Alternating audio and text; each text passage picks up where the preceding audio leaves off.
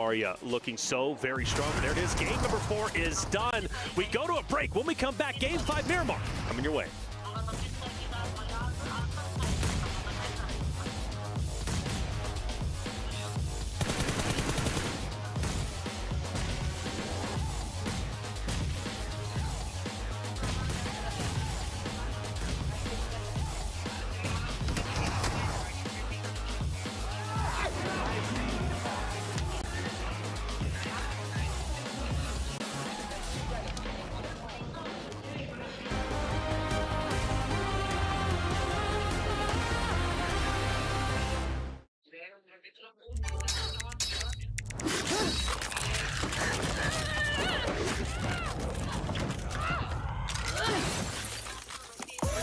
Reach your impossible, Lenovo Legion.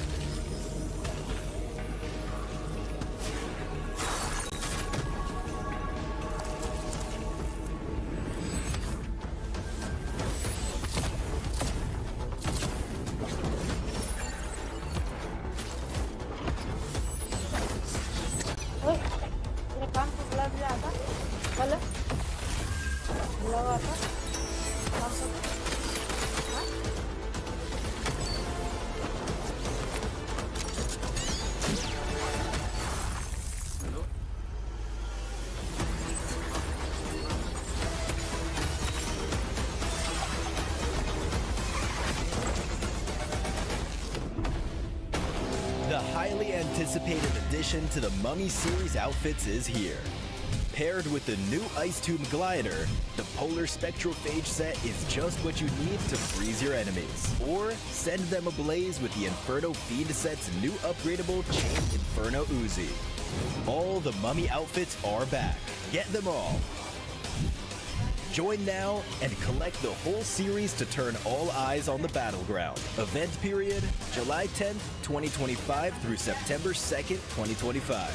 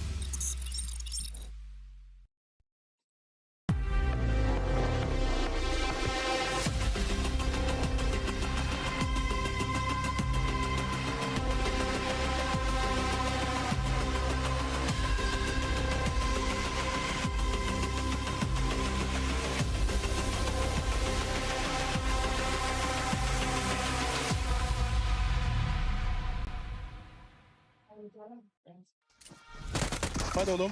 Beraber. Bir canı bunda. Tamam. Bekle oğlum, beni bekle. Bekliyorum. Kit Basıyor, can basıyor mu? Yok, basmıyor.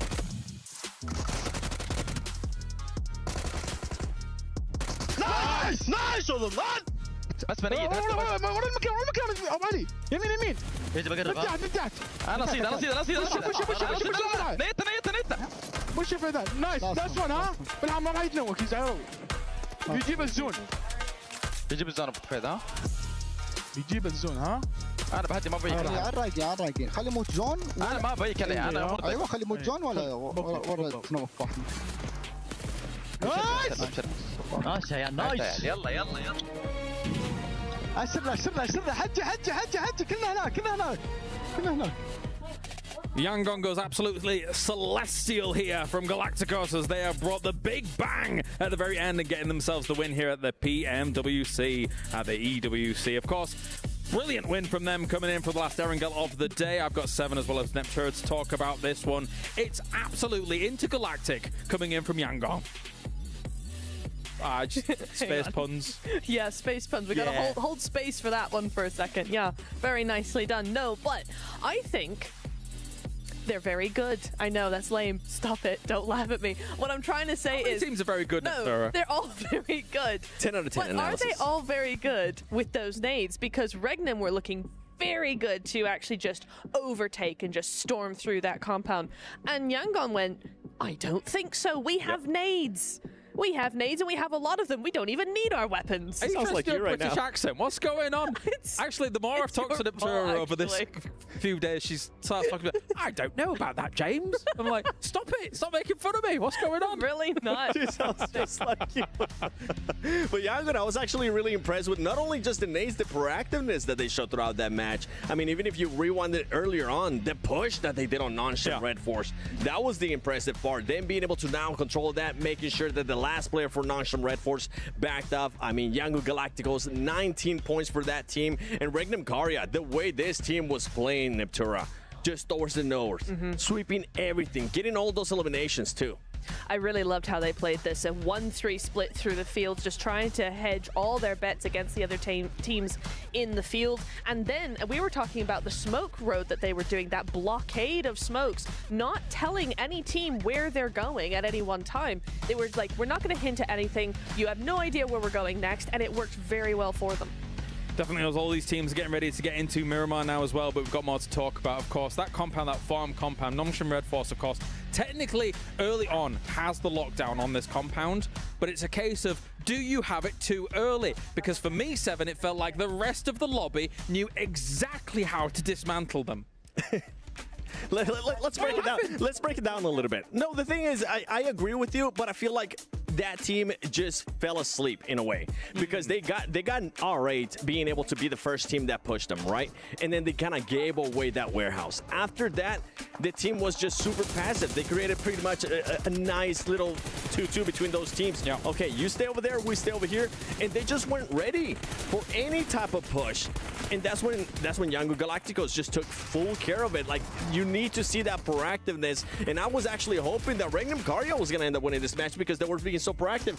Not only just with the sweeping, as you mentioned, the smokes that they put out as well, but the reaction of Yangon Galacticos there towards the end, making sure they swept around as well, got all the nades ready, got all the knocks, is what got them the win. Yeah, and I want to go back just a little bit further back into the mid game, right? Yangon making that initial push. I have so much to say about that because Nongshim really fumbled there, right? You had R8 with that one solo, Damar coming into the compound. Nobody was touching that compound. Everybody was too scared of it, right? Damar comes in and goes, actually, I'm going to test the waters a little bit. And Biddy's like, oh, my bad. Sorry. Didn't know you were there. It's cool. And he immediately backs off. So R8 see that, go, oh, well, they're not really all that scary. They push in, Yangon go, oh, they've given them all that space. Well, we might as well sandwich them while we're at it. And Nongshim actually told the entire lobby, all the teams around them, that actually we're in a weak position, we're a weak team, we're not going to defend this, so you can come and walk all over us. And it's just in that tiny little thing of Binny just moving back slightly. There wasn't this strong push over towards Damar and shut that down immediately. If they had done that, they would have won the game, I think, because it's just nobody would have touched them after that. Let's take a look at head-to-head here then, brought to you by the Saudi National Bank as Team Falcons in #1 and Yangon Galacticos. A very important win for them, will move them up into 8th place here, 7, as Yangon was able to wrestle away the compound from everybody else and go brr, brr. What, how did they go?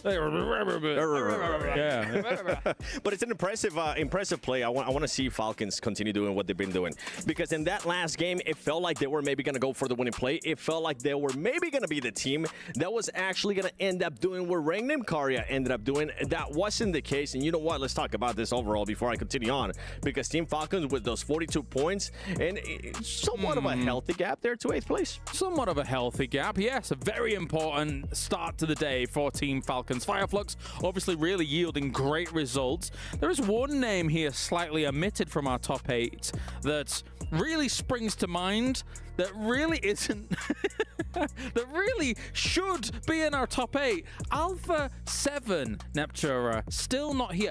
I will say, from my perspective, correct me if I'm wrong, I want to know your expert opinion on this, they still look like they're not very decisive about their choices, still finding themselves on edge plays and not really being able to work it out there. What do you think? It's wild to me because it's almost like they don't know the lobby. I mean, these are teams and players that they have played against for years. And yet they're here like they're the new kid on the block going, oh, I don't know. Oh, I don't want to tread on any toes. Sorry, you're over there. My bad. It's like, you're Alpha 7. You won last year. What are you doing? It's the decision making. The decision making is not there. We saw it earlier in Sandhog. We've been seeing it throughout. I mean, even in group stages too. Yeah. It's just not there. It's tough. It is tough. Before we actually get into the next game, of course, we have the PUBG Mobile Airdrop Carnival, and it's now live, of course, this weekend from August 1st to the 3rd. Log in, summon surprise airdrops, and collect 2025 airdrop vouchers to enter prize draws for official merchandise, smartphones, BD partner rewards, permanent in-game items, and more. There's more to go.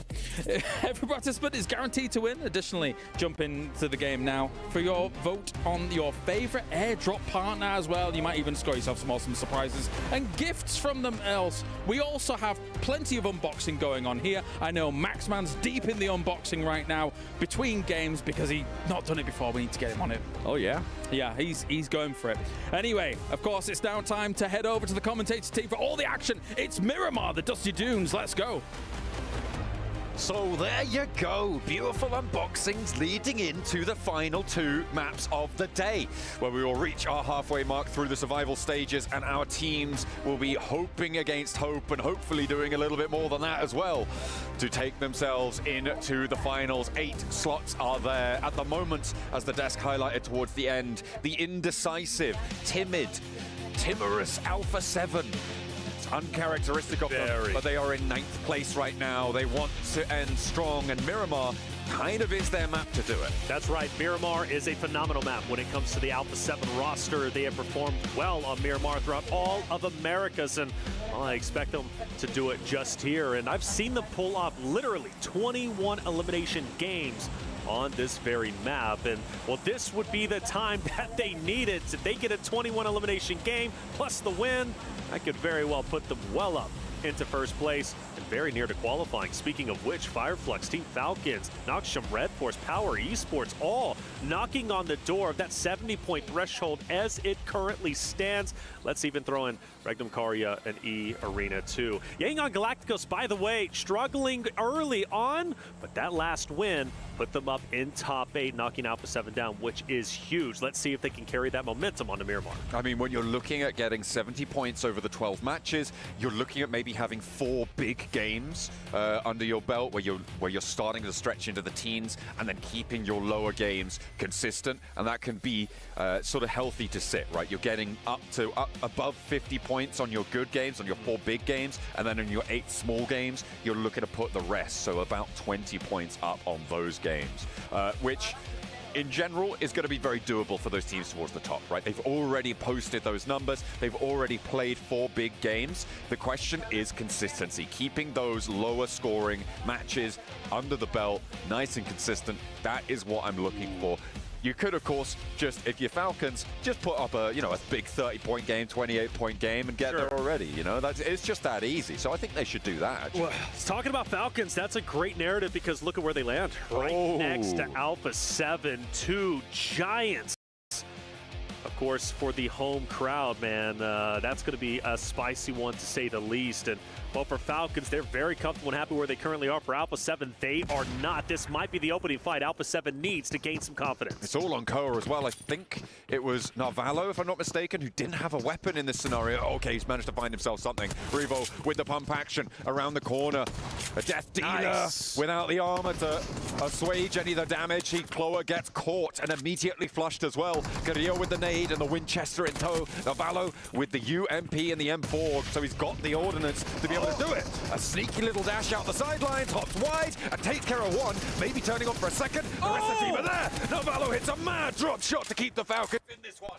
And he's going for the third. The third is right in front of him. That squash catches the backpack, but doesn't connect the shots. Narvalo forced to reposition, pulling off a heroic effort. Now you got Redox, who's also pushing in to assist. This would be a tremendous collapse from the Alpha 7 roster, but Squash manages to drop Narvalo, but not in enough time. Redox hits the final shot. Revo will fall, and therefore Alpha 7 will be the first team eliminated. A massive drop shot coming through from Narvalo. A huge result for them to keep the Falcons in as 3, keep them towards the top spot, and that's how you kick things off here. And Alpha 7, they're not making the front page off of this match. That is guaranteed. A second drop, hot drop did happen in the meantime. It was over in Picado, and Rectum Kaya suffering heavily losses towards Power. Yeah, that's tough. 2 big teams taking some heavy losses, but Falcons getting that win. Narvalo flipping the script is tremendous.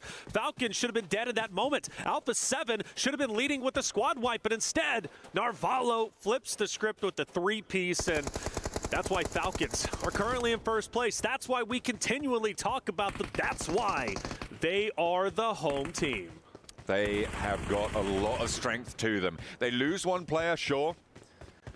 But it was all on Narvalo, right? You can't take it away from the guy. We do criticize him sometimes. You know, he is French, and that speaks for itself.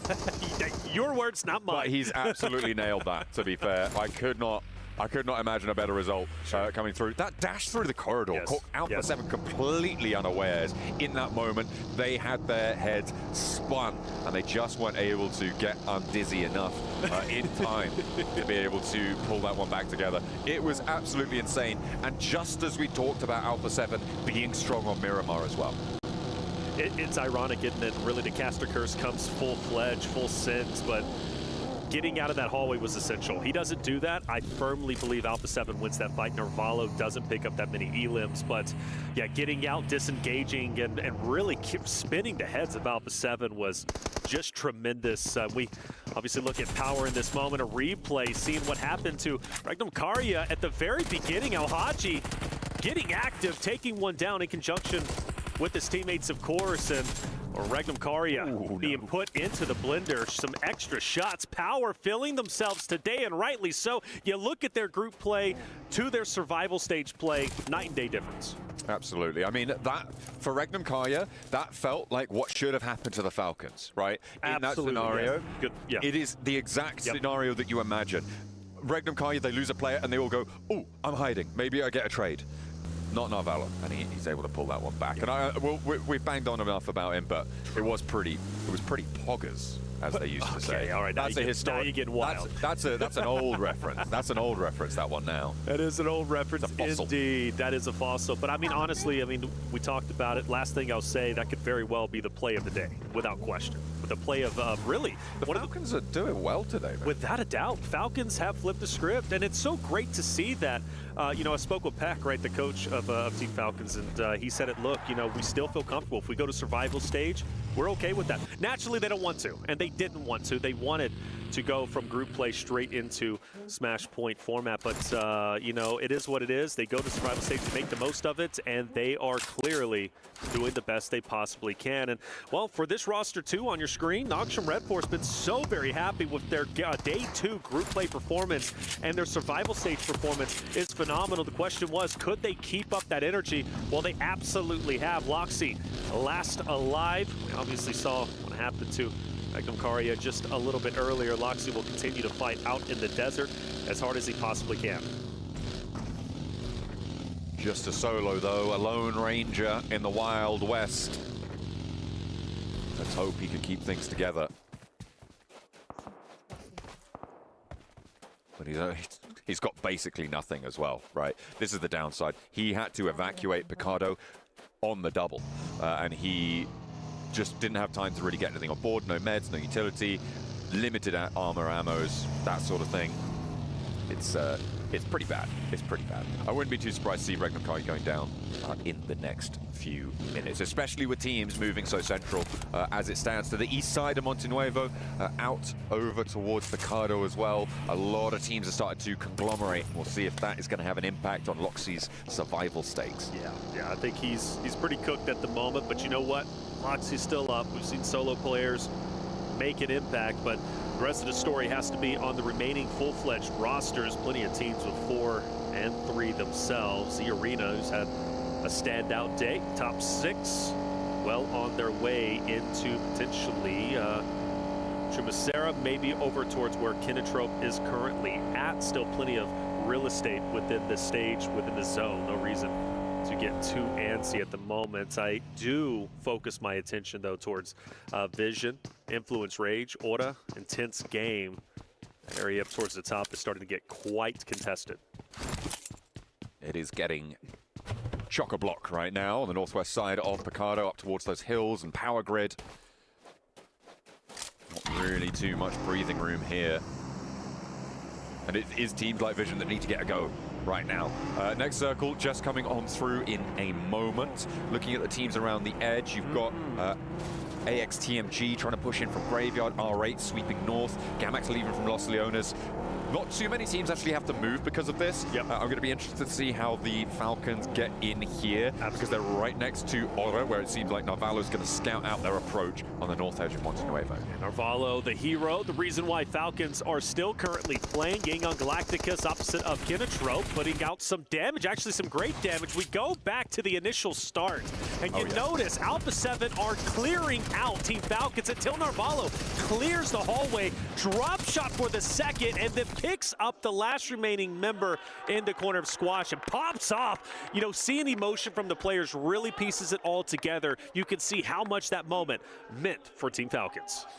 My God, just the weight of the sheer brass bollocks on that player to hit that drop shot. Absolutely. It is unbelievable. And Ralph very proud. You saw there that Ralph was absolutely thrilled with the result of that one. So a brilliant play coming through from them, and they're probably still going to be feeling themselves as they carry on with 3. E-Arena, though, with a challenge of their own now to deal with. It is Influence Rage, trying to keep things under control, but they've only got 2 players on the side for Influence Rage, and there's a third party off to the north from Vision. One of our first battles for center zone control. And you mentioned that third party. Well, Power's going to take down Mormon. Diego starts to answer back. A much-needed answer through the window. Snips it out. E-Arena, we'll see you later. Influence Rage took some damage. They lose 2 players, but good on them for staying up. And, well, you had Power with the third party off in the distance. Vision, as you mentioned, on that hilltop. The good thing is for Influence Rage, they are quite literally dead center. Despite them not having the man advantage in multiple fights, there's no reason for them to move. But Team Vision, same scenario. They're not going anywhere. And once Diego and Level, if they do have to leave that hardcover POI alone, any of the members from Vision, they're going to be ready. Vision on this high ground with suppressive shots out a lot of different directions here. It is a question of extracting value. You know, can you take to the mines and bring up some gems, or are you just going to be taken down with a big split, a lot of open area around you, maybe not managing that threat correctly? With only 2 points so far today, it seems like they haven't really got the wherewithal to hold a split like this. If you're going by the results that they've seen so far, as teams start to push in, their mettle will be tested, and we'll see if they can weather the storm. Benny's been in the dirt for quite some time, hanging out, scouting. Team Vision just up ahead. You also have Loxy in this area too. This hilltop, quite deadly. And Benny setting a trap very slowly, but once he springs it, Vision very well could lose a player, maybe even 2. A bit of a shift, not too much changes for Influence Rage, Power, Vision. They're still going to be chilling where they currently are at, and we'll have to see how this hilltop fight is going to end up unfolding. Such a critical spot that teams want to lock in. And well, you mentioned Team Falcons earlier, rotating out from the outside, coming in. They are quickly moving in, and Influence Rage has started to fire some shots on Team Falcons. I think Falcons have just lost one on the approach there. Yeah, you can see they're now on 2 players. They tried to crash in towards Power. It's not going well. Right now, Power's split is bold, but it's working. They have got that western point held down and easy all the way out to the eastern side with 4 players alive. It looks like they are going to go for that regroup, so they aren't going to try and get too bold with it there. They've extracted the value from the corner compound, and they're just going to retreat off it. I think that's sensible, and they are going to be able to make out like bandits with 5 elims, and now a position on the east in a very central location. Very much indeed. Team Power looking so strong. Team Falcons taking the shack. I never liked this spot. John, I'm not a favorite. I'm not a favorite guy for the shack, man. His spot is rough. I call it the Death Shack. IG is going to keep them in check, but that's where the Falcons decide to stay. As far as I'm concerned, any point Falcons get from this moment is a miracle.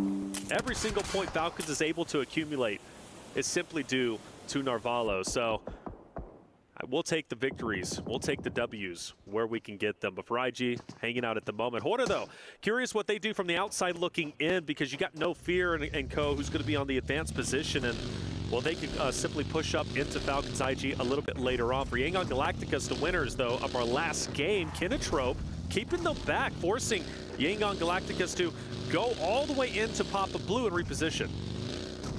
God, that's a throwback, Papa Blue. Okay. That's it. I'm bringing it back, baby. Oh, dear. Uh-oh. Yangon Galacticos got to re-rotate out on this one onto the south side, and Romeo dips back in. It's only stage 3. We are going to see them sent on in. Maybe scouting towards Kinatrope here, who are rotating out to the southeast side, but not getting too bold with it. I like that. He's heard a couple of those shots coming through. He'll know that there's a player now off in the distance. They can draw a little short, take a couple of shots. The rest of Kinatrope looking to respond here, and they'll be aware now of a presence to their south side on their flank. Fortunately, not too many other teams are going to put pressure on towards Kinatrope, so they can take the time to deal with this. Smile swings it quite wide. Kinatrope keenly aware of Yangon Galacticus' position and where they are rotating to. Bit of a pause on that fight. I think both of them, instead of engaging onto each other, specifically from Yangon Galacticus pushing up that hilltop for the fight's not going to be easy, so they wait for the next stage to pop. They might have an advantage here, and they will. They should be able to take over. The hardcover POIs just on the edge of where the current stage is at, or maybe they could just go ahead and go a little bit deeper. But for them now, having that hardcover POI gatekeeping Kinatrope could be huge. And for Cloud, I think he's setting the trap. I mean, he's close enough to take these shots. He's close enough to take this fight. The question is back up, and the question is, what pace do Kinatrope take towards it? Falcons under pressure now. They're 2 players alive, but for how much longer? Narvalo knocked. R8 want to try and circle in. Ralph now the last to stand. 9 rounds in the chamber. None of them are going to connect. A nice little do-si-do sidestep from R8, and that is the Falcons out of the running. They get 4 points on the match. They'll be okay with that. 46 points, not a terrible way to end match 5. Well, for the second game in a row, R8 will take down Team Falcons. They did it just on Erangel, map 4. They do it again here on map 5, albeit again, Team Falcons staying alive as long as they did, pulling out the heroic fight against Alpha 7. We'll give them their flowers despite the early exit. Falcons did exactly what they needed to do. For Cloud, he split from his team. Yangon Galacticus has sent their other 3 away, relatively split up. Cloud said, I'm staying back. I want to try and attack Kinatrope if I possibly can, but I believe Final is keenly aware that there is a straggler of Cloud hanging off in the distance, but that fight still hasn't unfolded just yet, but I'm sure it's going to happen eventually. Horta on the west side, 4 players alive, mounting up now. Make a decision, make your call, and let's go for it. Waiting for teammates to heal up a little bit, and they go up towards the high ground, taking a little bit of flak from across the way, but their rotate continues. They're heading straight on in towards the circle here from the west edge, and they've just got to pull short up on the road, so a small rotate here. They're playing it in dribs and drabs.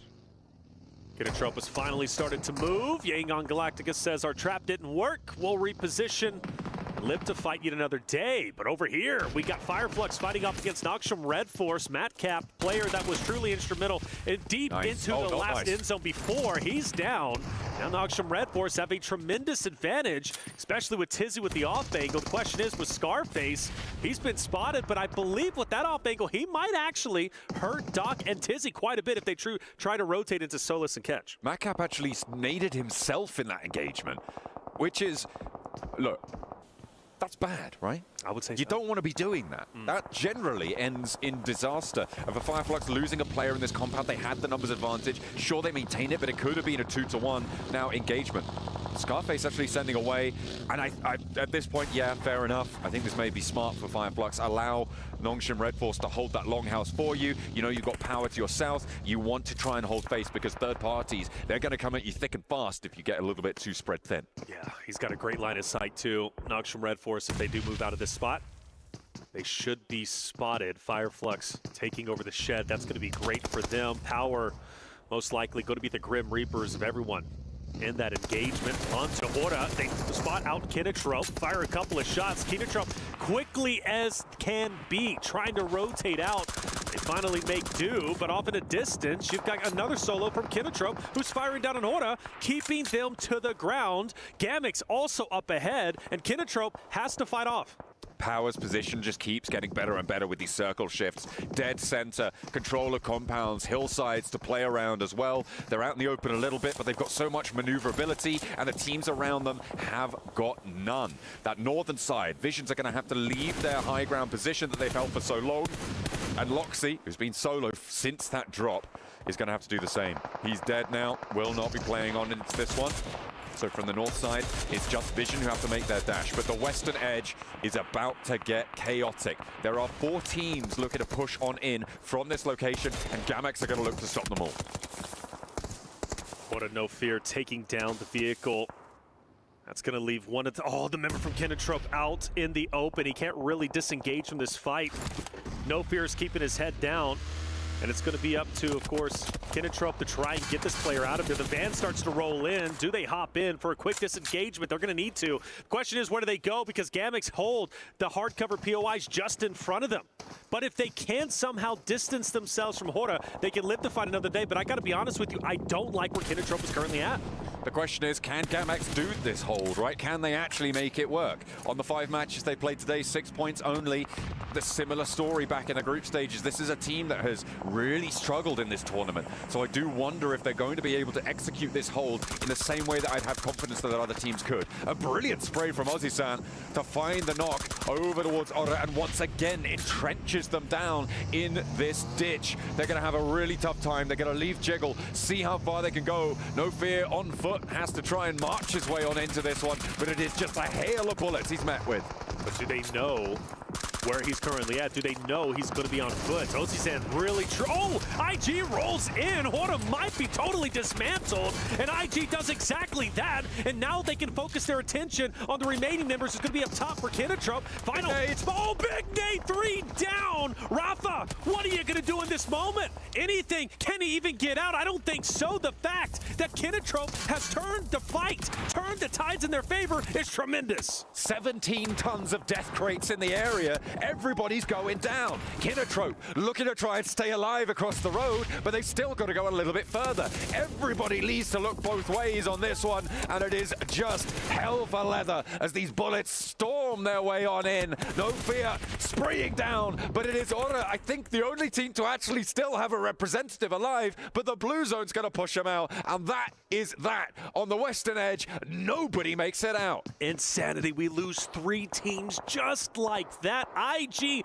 blew that fight wide open, pushing in full send. No one was expecting that. I didn't even catch it until it was going down. I couldn't imagine how Kinatrope and Hora was feeling in that moment. But hey, our Americas region teams are highly aggressive, and that was a great representation of it. IG full send straight in. Well, that clears up quite a few players, and now we focus our attention. Influence Rage Diego from a distance, keeping the pressure on to R8.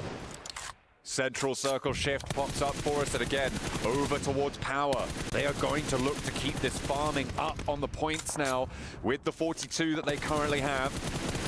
They want all that they can get out of this one. Feel themselves nice and safe in towards the rest of the day. They've got 5 elims already on this match, and nobody really stepping their toes anywhere near them. Yangon Galacticos at this stage, I think, is their major threat. From this south side, the approach could be taken control of if they can get rid of AXTMG on 3 players on that south side. It's up to Romeo to call that out. Hey, Henry, Cyrex is going to be just behind us. Do we want to push the issue and take them down? Gatekeep them if we possibly can. My only concern would be power dead center, but hey, either way, they've got to deal with one or the other. Maybe even challenge Gamix, only because even though they're in a great spot, we know they are potentially a weaker team for Yangon Galacticos to push into. And with Influence Rage, firing some shots into location, it might very well be doable. But the question is, I have for you, where does Influence Rage go from this moment, right? They only have a handful of members left. They've been shooting at R8. Clearly, R8 is going to fire at them when they decide to move in. But I think for Influence Rage, there's really nowhere safe to go. I mean, you're going to have to play terrain at this point, right? They do have a couple of vehicles, and it's not out of the question that they could crash to the shack that sits to the southwest of Vision, north of Power, but that's a dangerous run out, and R8 are definitely going to take shots. Little boy might be going for it, though. He's mounting up, he's moving. In the meantime, Diego trying to keep some shots, keeps the suppressive fire on, but he eats a bullet too many, and he is sent down into the dirt. A forward position, though, found, and Little Boy will be playing that terrain.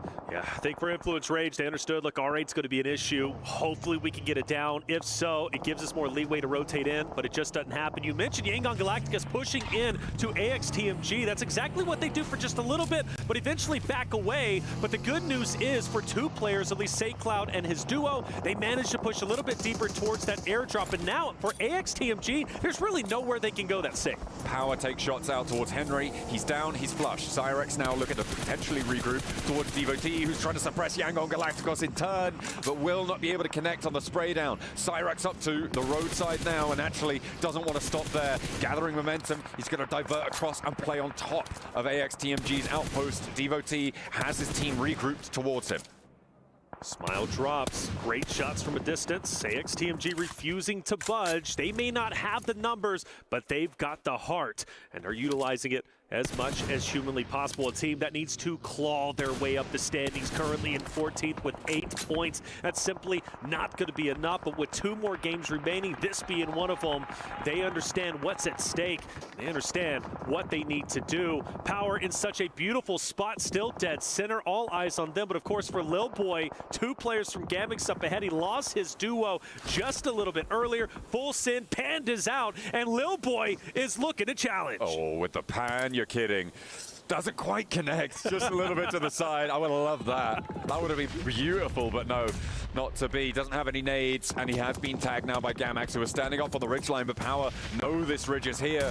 And they have to push a little bit further. Standing up, just getting sprayed down time and time again. Are they going to invest more nades? I don't think so. And they're taking shots from Power, who have been in the middle of this circle for the longest time. That's going to continue. And it's Yangon Galacticos with the side swipes. Another player goes down, and Gamax are falling flat once more. And Lil Boy's just having the time of his life. Still looking at R8, the Grim Reapers, to his duo just a little bit earlier in Diego. For Gamix, that's 2 points in front of you. Lil Boy, I understand you're going for placements points. You're trying to stay alive as long as humanly possible, but make a move. You'd hope so. But standing up, I mean, you could see immediately how Romeo would spot Lil Boy as soon as he crawls too far forwards, with no nades either. It's just too dangerous here. The Molotov on the tree, Lil Boy's chilling. And Gamax are going to get pushed in, but so is Lil Boy.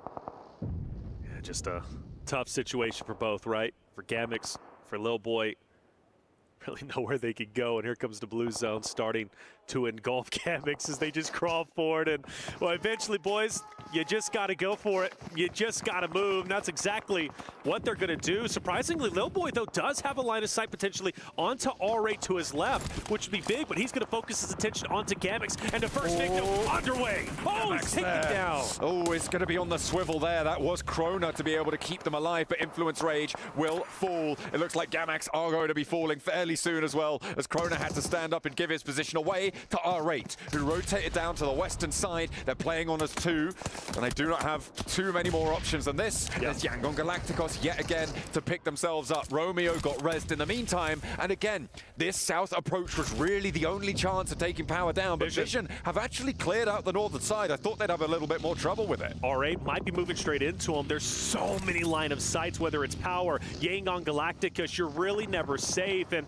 well, it is the cat's going to be out of the bag. R8's been spotted. Vision knows exactly where they are, and they also know it's just going to be a duo. For Yangon Galacticus pushing forward, Power's got the hardcover POI. They've been sitting here for the longest time. They're on 8 eliminations. They're going for double digits, and I see no reason why this game doesn't go to them with the highest scoring elimination lead. The question is, when do these teams crash around the edge? R8 concluding on the north side with Vision. If Vision can take this one down cleanly, 2 crashes onto Power's position at the same time could be disastrous, but that needs Vision to stay alive. And R8 are really reticent to let that happen. Never Alone steps out, sprayed down, and R8 are chewing through them now. Volt the last to stand for Vision's on the northern edge. Needs to keep himself together. The nade goes up on high towards Prestige, but they split the difference. Will find a knock. No, not quite. And they know it now exactly what tree he's playing behind. It's only a matter of time. Only a matter of time indeed. Volt needs to hit a miracle nade. It's cooking, it's thrown, but it's been dodged.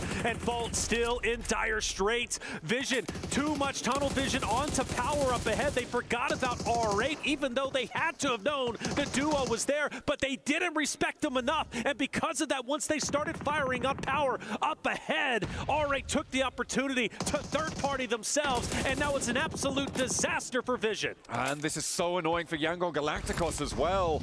They needed that opportunity, right? If R8 go down cleanly, there's a chance that Power lose to 2 full 4 pushes. You play for a second place, but now as it stands, Power can just take these shots for free down towards the south side, and immediately they're starting to open the cannons towards Yangon Galacticos. That approach is getting dangerous, but Verdun is traded away, and Power lose a player. They lose one, but their position is still very, very strong. Yangon Galacticus is going to have to fight even harder, especially now with one more dropping off. That leaves them with just 2. For Vision, a slight recovery. The revives are starting to come in. The tree being really the savior for Vision in this moment. Now, granted, that is only important against R8. I still feel once they start to apex that hill, Power is going to take their heads off. Yeah, it's really nasty stuff here. 3 nades in hand for SayCloud. It looks like they don't have too much more smoke to work with. They're looking out for R8. They've seen Prestige, but the nades from Power are just going to ring on over this ridge line. That Molotov is beautiful. Might push them into the blue zone, and they'll go down to it. A nice result for Yangon Galacticos either way, getting into a top 4 off the chicken dinner. But Vision, they're still going, like you said. They've managed to find a little bit of recovery, but they are still struggling, it seems, on the northern side with 9 elims. 9 elims, great game nonetheless. You got to give them their flowers where flowers are due. Vision, where do you go from here?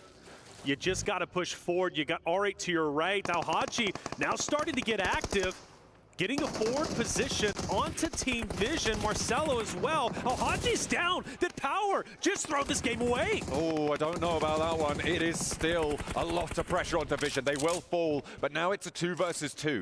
Inside the building, Power is going to start to lose pressure very, very quickly. Ragnar needs to find a way out. So does Easy. These walls have now turned into their prison, and the ankle is swept underneath the vehicle there. It's all up to Easy now in a 1 versus 2. All right, look at her turn things around, but the res can come through, and Al-Haji being back on his feet could be crucial. R8 from Team Falcons, they continue to push forward. They take down Vision, and now they're looking to take the game in sensational fashion. Only 2 more players remain up ahead. Power able to recover just for the meantime. A true 2v2. Easy's moving out. He's taking damage. He's now up close and personal with the team of Power. Prestige, though, refusing to back down, hitting the shots needed as Power starts to collapse. And is it R8? Yes, it is. They take a tremendous victory, taking it away from everyone. Power Esports had the center of the zone for so long, and as soon as the blue zone shifts them out of it, they crumble. That is a great result for R8 to pick up the pace here towards the end of their first day here in the survival stages. But there are still some other good results out of that match. You got Vision starting their journey, seemingly asleep for the first 4 matches. Match number 5, they open their eyes. You've also got to look over towards Team. Well, I mean, I'm even looking at Power with the second place. Double-digit elimination. That's who I was thinking of, Power. Double-digit elimination. I completely blanked. Without a doubt. I mean, R8, what a victory, and I cannot wait for the Nest to break it down. We're going to go to a quick break. When we come back, the final game of Day 1 Survival Stage will be underway.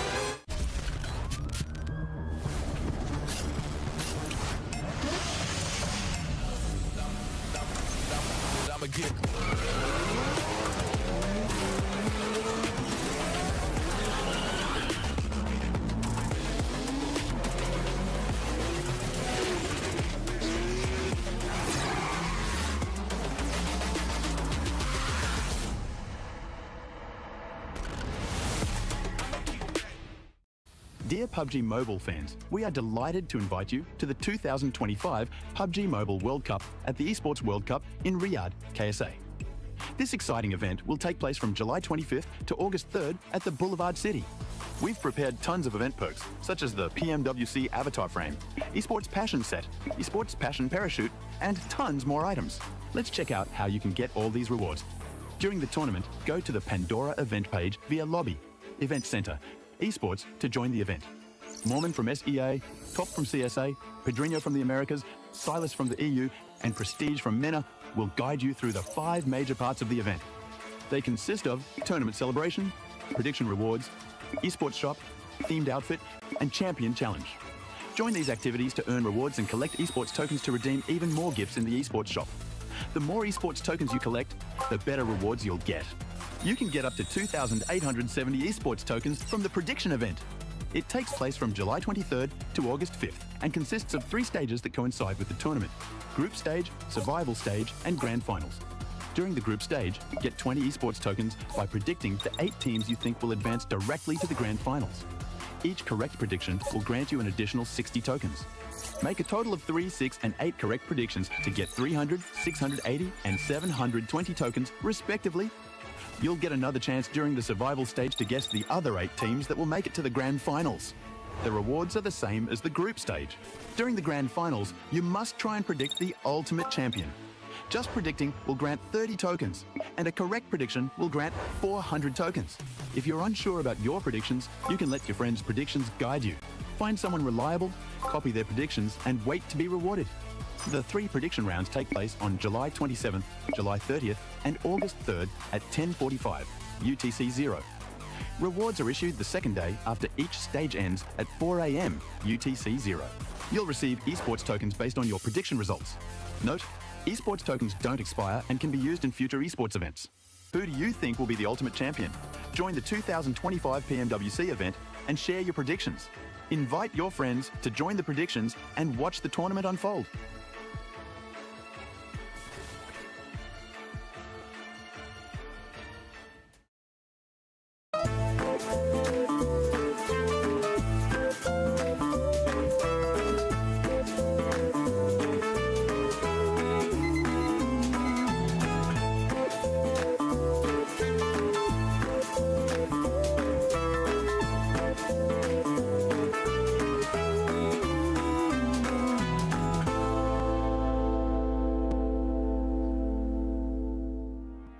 buy rates, R8, pretty great. 100% 8 out of 8 coming from them here in this game to start Miramar. We have got ourselves a brilliant victory for them here at PMWC. Joining me, we have ourselves Neptura as well as Maxman to talk about this one. And we have got ourselves finally an R8 win here. Neptura, very well done. It's very nice to see. We wanted to see that in group stage. We didn't really, but there we go.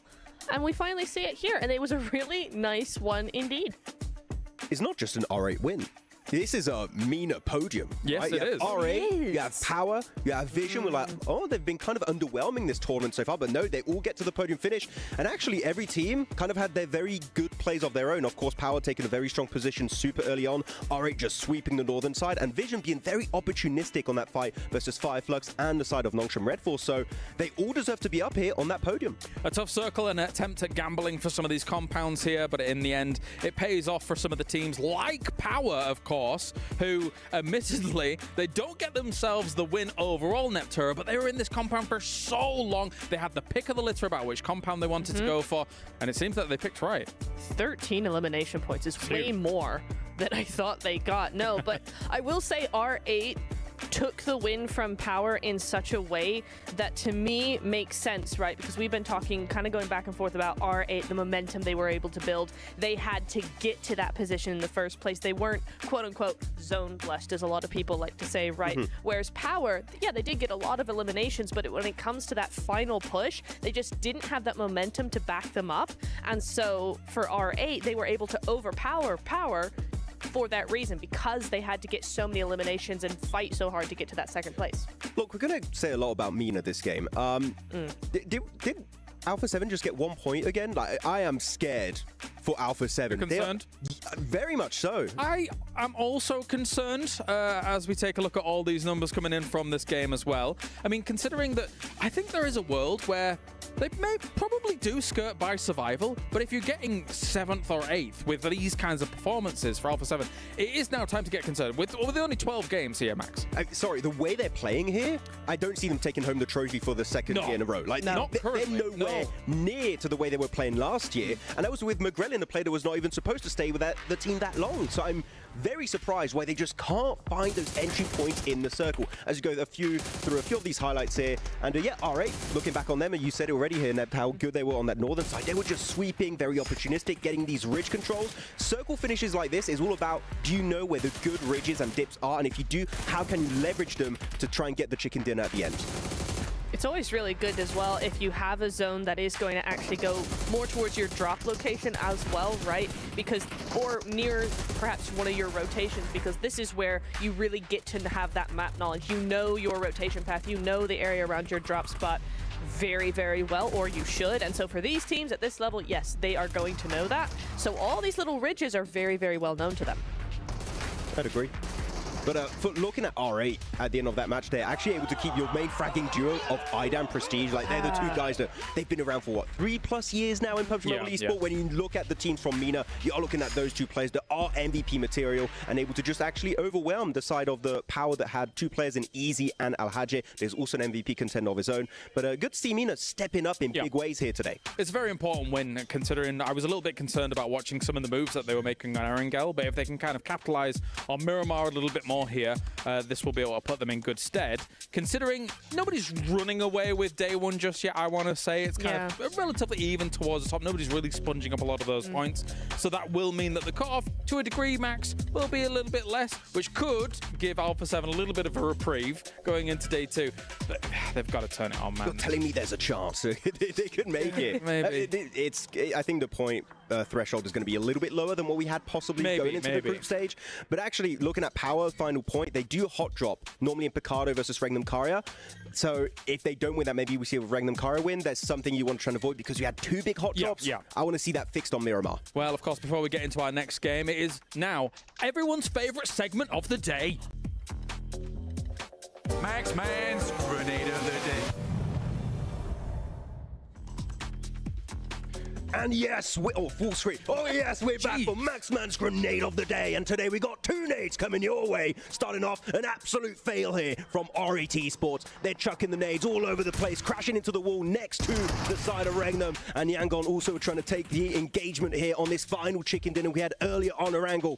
But Yangon, they had the nades, they had all the utility in their arsenal ready to strike at the end to wrap it up. And this nade in particular, here you go, look at the timer, down to the last 2 seconds, chucks it right over onto Silas, and he is gone right back to the Shadow Realm. That was a game-winning nade, possibly for Yangon Galacticos. Yeah! All right, brother. All right, I like that. Yeah, bro. You did sort of alternate between growly and then normal Max voice as well. Oh, look at that. Oh, that was actually a really good nade. Yeah, not bad. I was okay with that. Yeah, what do you think of that, Miss Nepturd? Did you enjoy Maxman's growly nade of the day?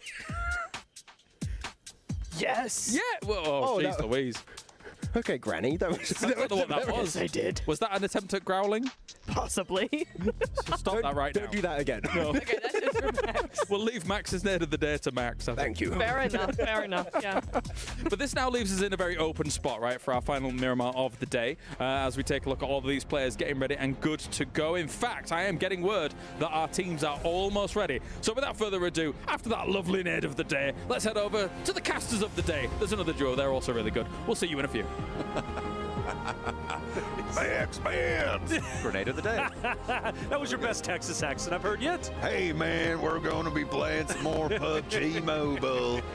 I don't know where that's from. That's more like Louisiana way. But if you guys want to figure out exactly where that's from, well, you need to head over to the map or our official map feed. Of course, you can check that out on our PUBG Mobile Esports YouTube channel so you can see where all of our players are at all times, unless they've been eliminated, because then they won't be on the map feed anymore. That's a fact. Because they'll be out of the game. Yes. So you won't be able to analysis. see them. Yeah, exactly. Yeah. But what you can do is rewind it. Ooh. Then you can see them there anyway, even though it won't be live and up to date. You get what I'm trying to say, all right? What I'm trying to say is Maxman has excellent grenades. Only the best grenades. Yes. Everyone says so. Yeah, the close-up really is what sent me. It was the close-up after. We need more Maxman close-ups. We absolutely need more Maxman close-ups. That's that guy. That's the guy. By the way, I heard the French slander earlier. Was that towards Maxman too in the last map? Well, I don't think. I feel like he catches enough flack as it is, so no.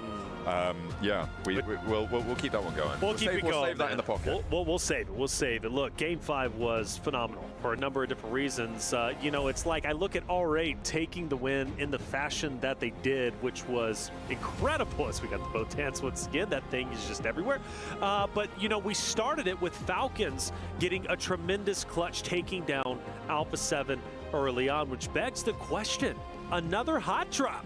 I don't know. It might end up happening for Alpha 7. They need some confidence for power. Al-Haji taking a little nap, keeping his eyes nice and fresh, ready to go. Out here in the Riyadh sun, it is very toasty, but our teams need to keep it cool, calm, and collected in towards the final match of the day. Of course, we talked about that bubble earlier on the matches that we've had so far. And we're hoping to see at the end of all 12 matches, so at the end of tomorrow, a 70-point boundary. So today, getting over 35 points is where you want to see yourself sat. Yeah, but Clara said it best, like at the moment, there's really there are teams that are shining in specific instances, but at least towards the top, everybody is relatively even, which is going to put even more pressure on those bubble teams going into tomorrow, because I believe there is a slight separation in points anyways, especially when you start getting towards like 6th, 7th, and 8th place, right? So this next game is going to be critical. You always want to end your day on a good foot. So you go into tomorrow's competition knowing, okay, we ended strong, let's start strong. Tomorrow is just 6 games. That's all you got. And we're going to be sending half of the lobby home. That is a heavy, heavy burden on some of the rosters who are towards the bottom.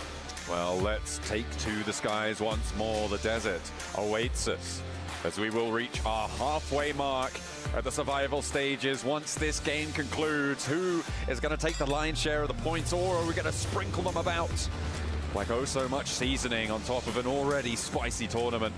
The plane path coming on in starts from El Pozo, heads down towards Partona. Our 64 players ready to jump out. Let's get it going, see how it's going to end up unfolding. El Pozo, I believe, yeah, we had that hot drop right. Alpha 7 Falcons, do we get the repeat? Very rarely, at least in the Americas region, does Alpha 7 have to change up their landing spot because a team has pushed them out. It's only happened once to my knowledge, and it was in the PMSL Americas fall season, 2024. So this could very well be a repeat of that same situation. I look at them currently flying over Miramar, and Alpha 7 and Falcons are still relatively close to each other. There is a chance we get a repeat of what we saw in map number 5. Is Narvalo going to be able to hit those big, bold drop shots again? We'll have to wait and see. Or will it even be necessary? There's always potential that they could split loot El Pozo, send on out, and try and just disengage from one another, but we'll have to wait and see. Picardo as well, remember, there was a hot drop there, and that was with Regnum Kaya losing the majority of their players in that scenario. So it looks like they are actually going to be changing quite dramatically here, going for that spread around Picardo instead of trying to drop on the inside. So going back to in the zone, straight up north, a little bit different from what we saw in the last game. Let's talk a little bit deeper about this Falcons Alpha 7 potential fight, which might be going down for Team Falcons. They've already done their job today. 46 points, I'm happy with that. If I'm a competitor, I'm thinking, okay, even if we get first eliminated here by Alpha 7, yeah, it's not ideal, but I'm still happy with the amount of points we got. We're most likely going into the finals competition. Now, for them to challenge Alpha 7, you don't want Alpha 7 going for a back-to-back championship. You now have a chance to shut them down in game number 6 in 10th place. That's a tremendous offer, and if I'm Team Falcons, I want to hunt them down, and I want to take this fight once again to Alpha 7 and try to keep them away from top 8 as much as humanly possible. And we do have Ralph, who's going to be kind of circling around the team of Alpha 7, but in the meantime, it's not unfolding just yet. Power, we saw them early on in the last game. We're seeing them once again. They are already on the road. We're only 2.5 minutes in, and it seems like teams are already making their way forwards to these next stage positions. So potentially fairly light on the loot for a few of our players, but they'll be okay. Okay, heading back in towards Picardo. They can pick up a little bit more gear to be getting on with. So for Power, currently sat right at the top, nearly up at that 60-point metric, which would be huge to end their day on. In the meantime, Alpha 7, they're out. No hot drop scraps to be seen so far this match, so adjustments have been made. That's right. I think this is the best course of action. Something Alpha 7 didn't have a chance to do in the last game, now have a chance to go dead center of the zone. Maybe have a little bit more longevity. Let's not forget, for this A7 roster, they are a wonderful Miramar team. That last game was very unorthodox. It was all up to Narvalo, who ended up clutching it out. So for Alpha 7, a big game here is very much so needed. Even the best can start to feel rattled. I don't know if Alpha 7 is necessarily feeling that pressure just yet, but you know, there is a little bit more at stake now in the survival stage. Without question, they go up towards Horta. Northern side of the zone, still very much dead. A lot of real estate there for anyone to take. But for Alpha 7, how long do they stay center zone? That's the question. It's kind of antithetical to what they've been playing so far. Playing that edge side, playing that sweeper position, but they're going to change things up here on Miramar. I think they can chill out here for quite a while. These concretes should be fairly decent to hold. We'll see how long they can do so. Vision rotating in from that southwest side as well. Currently 2-2 split. A really quite big split. It's about a kilometer difference between the two outposts. This is on the forward position for Team Vision. You've got the other two players bringing up the rear behind them. Never alone, playing with a Nawaf on that vehicle rotate behind them. The scout is good. They're clearing the path, and they're going to be chilling for the time being. And actually sailing on in fairly close to a couple of our other players, potentially all the way up towards Alpha 7 there on the north. Setting the trap on the Sleepy. Oh no. Sleepy gets up. Does he know Petrino's up there? Well, now he does. Cat's out of the bag. A big fight for the high ground. Molotov down. No, Sleepy down! Sleepy no! down! And there's nothing he can do. Hugs the wall, tries to avoid damage, and simply cannot. Petrino holds on tight to what he's got. That's really bad news for Sleepy. drops down the side and takes a dirt nap. That is an uncomfortable pillow, if I do say so myself. Well, still, a chance to get back up is there. Jiggle overlooking where Pedrino's out means Pedrino can't comfortably go for the finish, nor do I think he's truly concerned about getting the cleanup on the Sleepy. So might be a 4-man unit quicker than you would assume. The pickup is in, so all good. Sleepy can let that error go. It's like it never happened. It definitely happened. It's so happened. It's unbelievable. The rest of Intense Game might actually be able to navigate around this one and force the positions for Order. The benefit of not going for that. The benefit of not going for that flush out is that it draws Order in, and now they have to commit to this hillside push. So Pedrino can just give ground. I mean, it's smart, right? You just slam it in reverse, do a little pirouette on the way down. You look classy, you look sophisticated, and you just get out of there, right? That's the idea. Not out yet. A lot of ammo being dispensed here downhill, but not quite connecting. Has to hop out though as the vehicle starts to set on fire, and there we go. Okay, so. As cool, as swift as it looked, he was not quite quick enough. Well, from Power to Noxium Red Force, they start to clash very early on. Power was one of our early teams of map number 5 here on Miramar, who started off on fire, had a chance to take the win, falling just short to RA this time. Maybe one of our first teams to be eliminated, depending on how this fight ends up unfolding. Noxium Red Force, a very aggressive roster, who started to improve their performance on day 2 group play, looking strong, obviously, in today's competition, now top 3. Badan hugging the corner. Noxium Red Force starting to tighten the vice grip. It's not going to be an easy fight for either which roster. I do love the high ground over Tizzy. Power cannot disengage. With Doc starting to fall, do we start to see Noxium Red Force unfurling? Binny will be there for the refrag. That smoke on the door frame is doing a lot of work for Noxium Red Force. He's playing around it with the shotgun, just going on those gut reactions there. Hitting those flick shots, all important. Has done so much for them. Easy, drops down, out and around the side, and he clocks one on the swivel. A really nice heads-up drop down there for Easy. More to go, though, and Binny on the inside, trying to keep things together for Noxium Red Force, but Power trying to turn it around, and the pump action again for Binny. Dispensing a hell of large amount of damage for the roster of Noxium Red Force, and they keep it going. Power done and dusted. Ooh, and that's tough, isn't it? Going into tomorrow's competition, Power, man, they're going to feel good naturally. Great performance when it comes to the top of the standings. Currently first place, 56, near that 70-point theoretical threshold for top 8. They're very healthy, but going from what should have been a guaranteed win, in my opinion, in map number 5 to being first out in map 6, they're going to have to recover short-term memory going into day 2's the final day for the survival stage. The zone shifts wildly down towards the south, and therefore everybody has to full speed ahead straight into the next stage. I'm looking at Regnum Kaya, I'm looking at Fireflux holding down towards these south areas on this map. You've got Fireflux who can control the south edge of San Martin, get up into those hills and try and maintain the control. Everybody else on the road. Alpha 7 leading the charge. They leave almost immediately. Rightly so. They've heard that fight across the way. They know Noxium Red Force are still a little bit battered and bruised. Can't take that fight, so you get out of there fast. You're not going to be as challenged here. Across the road they go, and they're looking a lot safer now, and they are into Regnum Kaya territory. Alpha 7 dead center, like you said. Let's see what happens here as Noxium Red Force very close to him. Regnum Kaya also starting to tempt fate.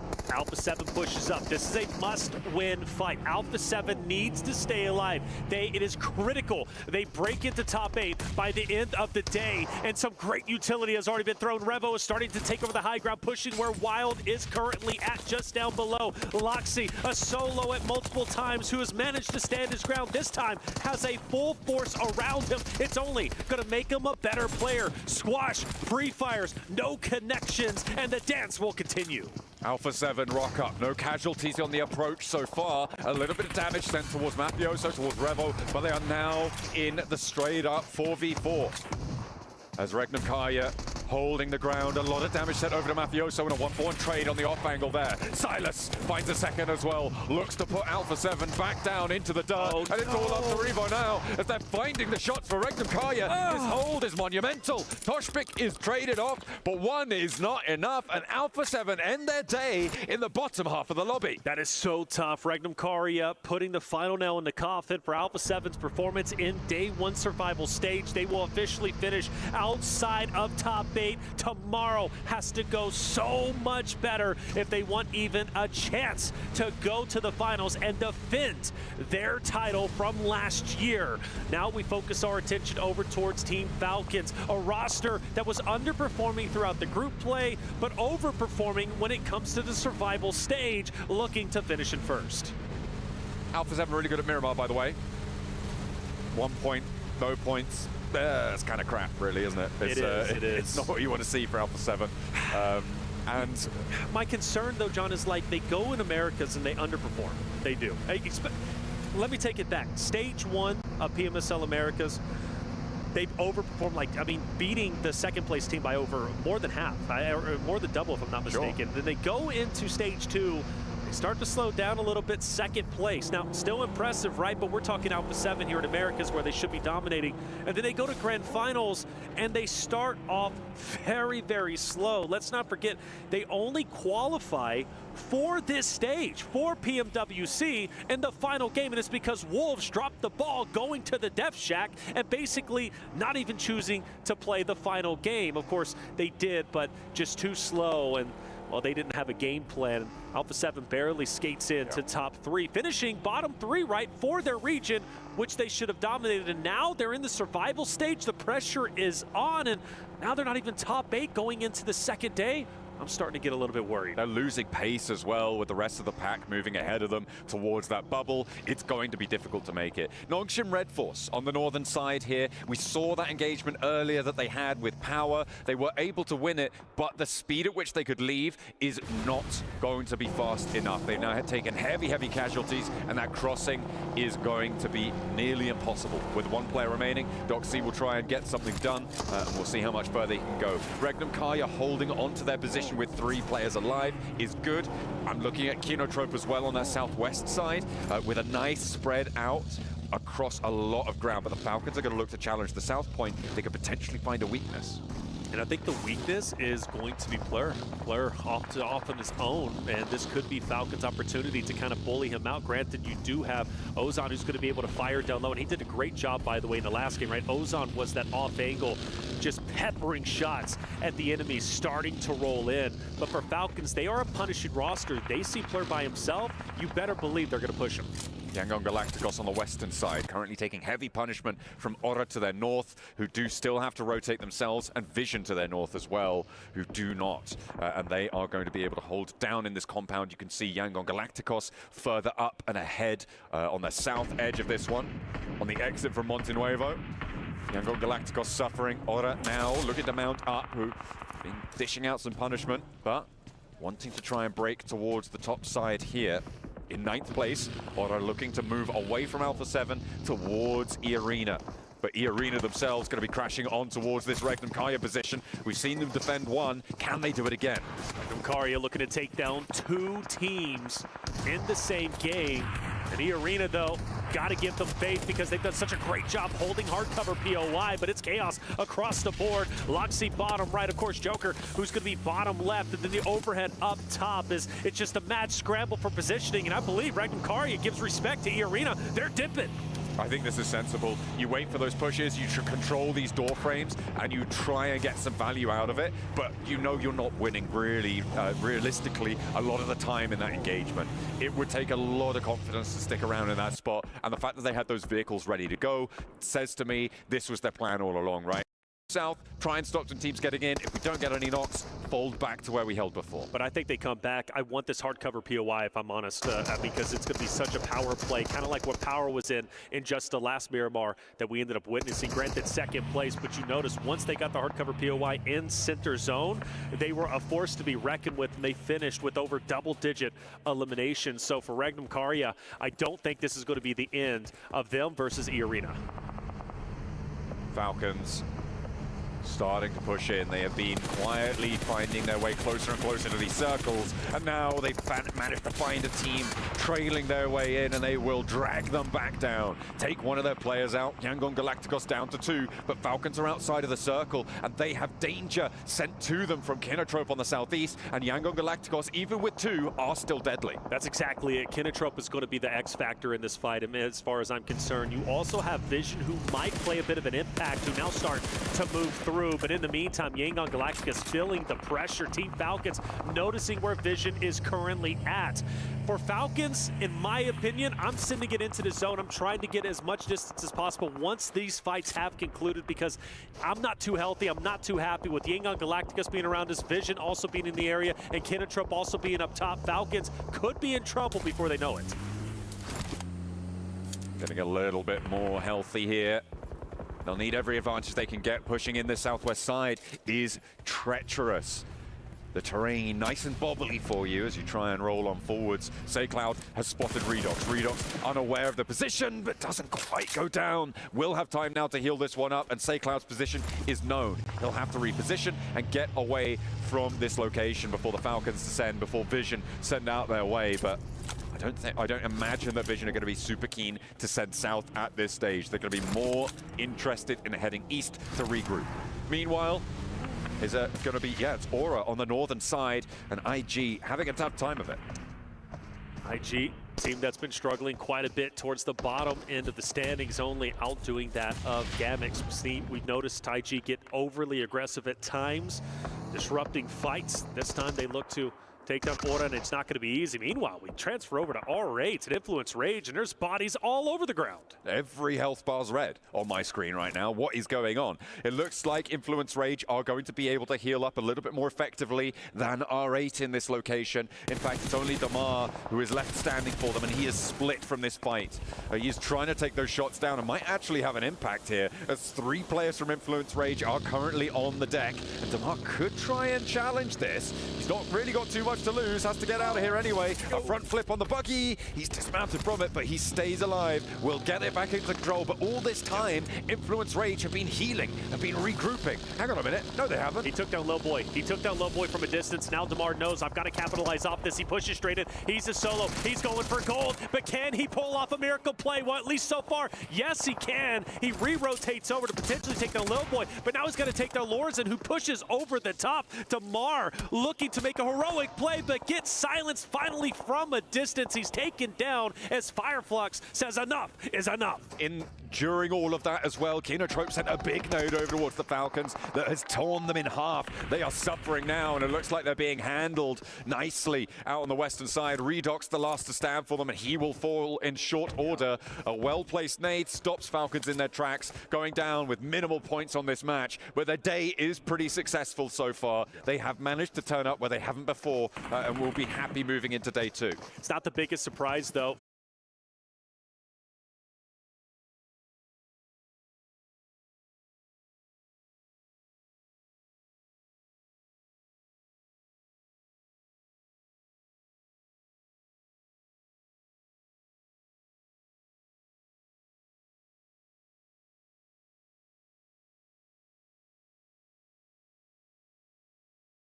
Sony. Oh, wait. Daily win MVP. Scarface. Okay, to be fair, even like after the second game or something like that, I think he had 9 limbs already. Never mind anything else that was coming in here, Max. Actually, wait, does he have to be from the from the top team of the day? Not necessarily. Why are you asking these questions, Max? Existential crisis. Yeah, I don't know. Yeah, you're having a problem now. 14 eliminations on the day. Scarface, when you look at Fireflux, you're looking at Solus, you're looking at Ketch, right? Very experienced players, but Scarface right out from the Sandhawk. Here, going on to Sandhawk, actually very controlling against the duo here from Falcons, able to claim that chicken dinner. So Scarface making a name for himself here, out of the Turkish players. Scarface and Fireflux kind of set the pace, right? Throughout since the beginning at Sandhawk, they kind of just followed that same gameplay, being able to just be passive and strike when they needed to, let the other teams fight too. Honestly, I think if they would have played a little bit different on that Erangel when they ended up getting third party, when they were just so focused on Kinotrope and Alpha 7, then we might have had a team that ended up with 3 wins. Any final thoughts on that, Namatura? I think he's right. Well, I know I say that a lot, but these guys know what they're talking about. But no, I do agree. I think Regnum could have played a couple of those games Fireflux could have played those just a little bit better. There's a couple of games where it's like, oh, maybe not that, maybe that wasn't the play. But stop laughing at me. But I do think that, yeah, we've seen a very strong performance and not one we necessarily expected from them. Seeing the group stage, how they performed there, it was a very different team. So to have them be at the top of the leaderboards day one with actually a really good performance under their belt is really nice to see.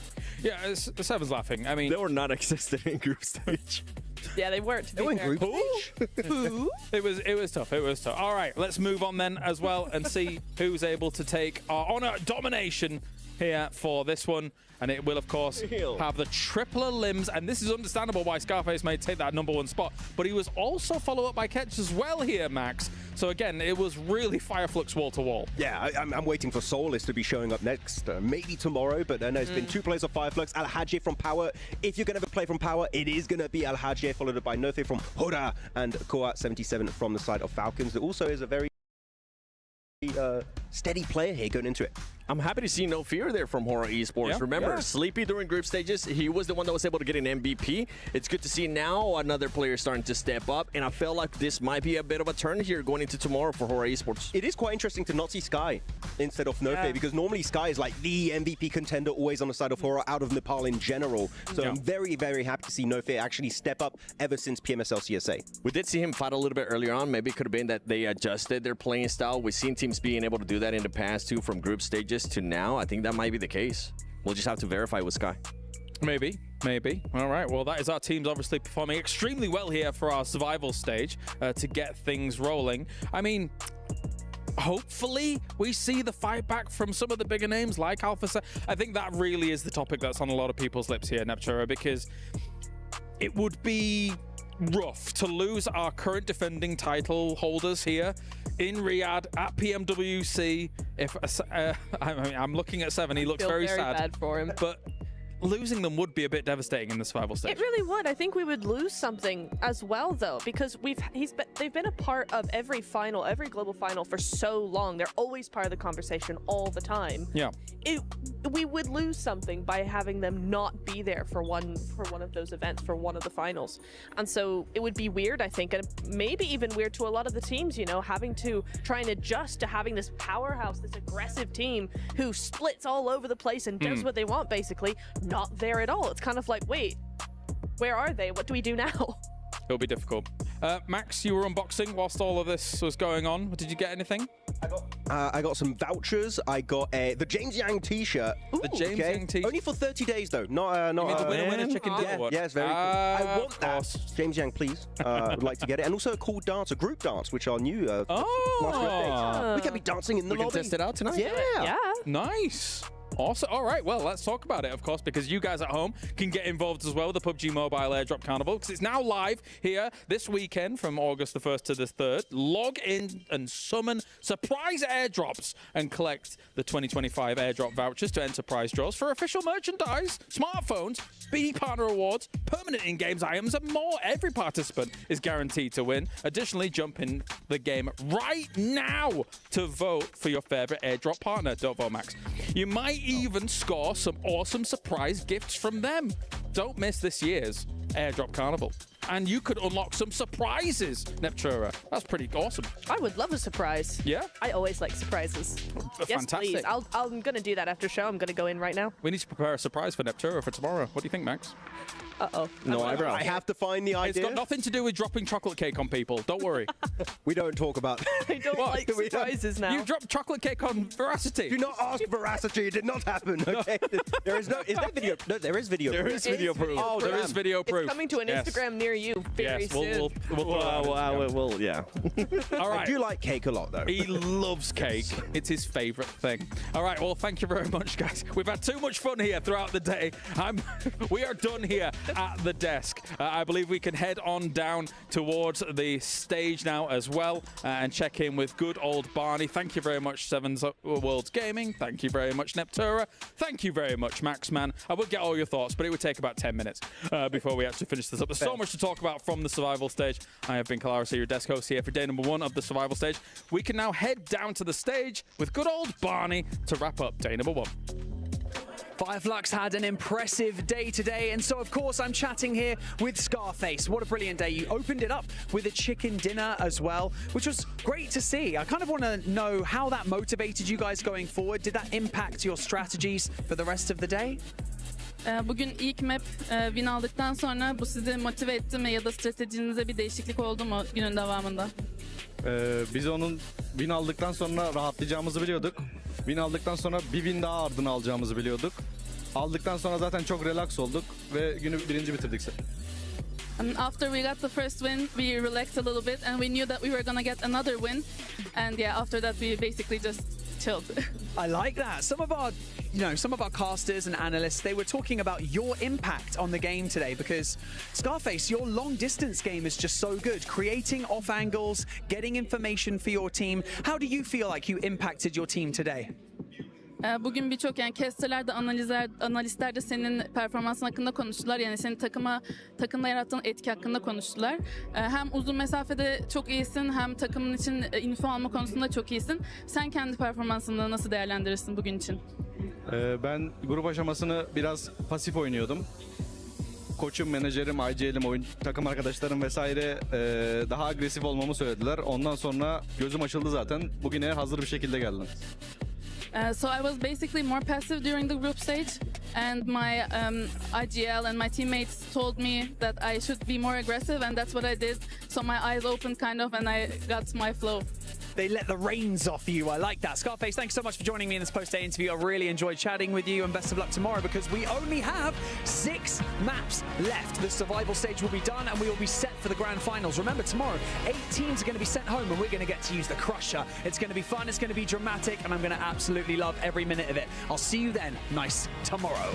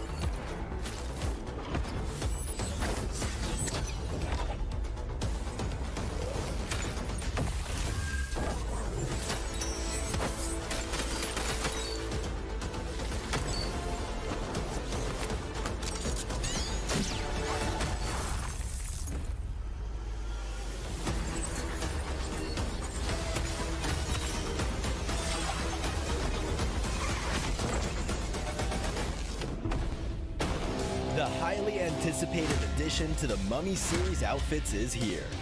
Paired with the new Ice Tomb glider, the Polar Spectrophage set is just what you need to freeze your enemies. Or send them ablaze with the Inferno Fiend set's new upgradable Chain Inferno Uzi. All the Mummy outfits are back. Get them all. Join now and collect the whole series to turn all eyes on the battleground. Event period, July 10th, 2025 through September 2nd, 2025.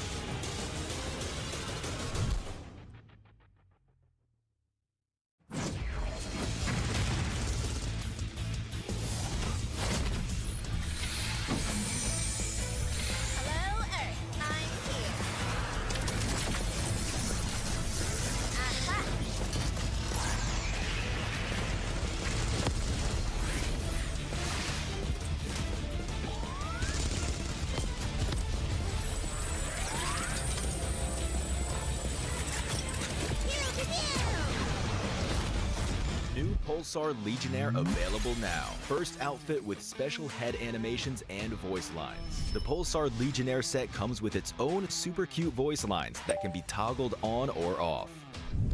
What happened? Bye, friend. Hello, Earth. I'm here. It also features the upgradable Hyperion ship DSR. And Jet Reaver glider with special animations. Experience parachuting like never before. That's not all. Even more rewards await. Event period, July 25th, 2025 through August 26th, 2025. What are you waiting for? Get the new Guild set now.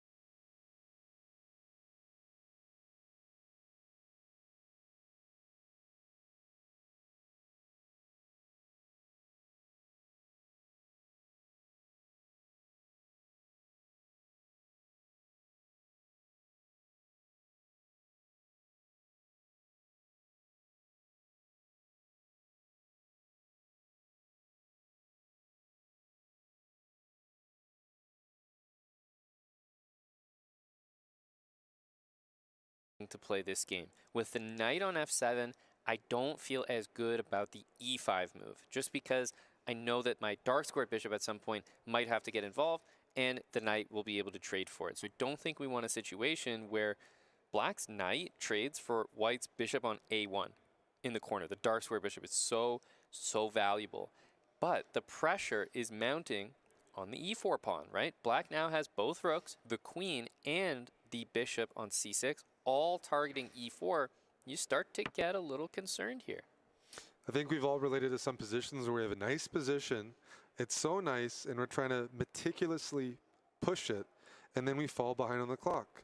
If Duda continued holding, like standing his ground here, asking Fabi, where's the breakthrough? Fabi's clock will start to dwindle, and there will be clock pressure eventually, because I'm not sure what we see in front of us is an improvement for white over a few moves ago. What has white benefited? We already had our pawn on e4, f4, our rook doubled. I know you can take your time and just wait and hold for the right moment, but yeah, he's got to make up the. Yeah, at some point, he's got to play a move, and there aren't too many breaks. No. b5, c5. Well, b5 is not a break, but it pushes the bishop off. c5 is another one of them.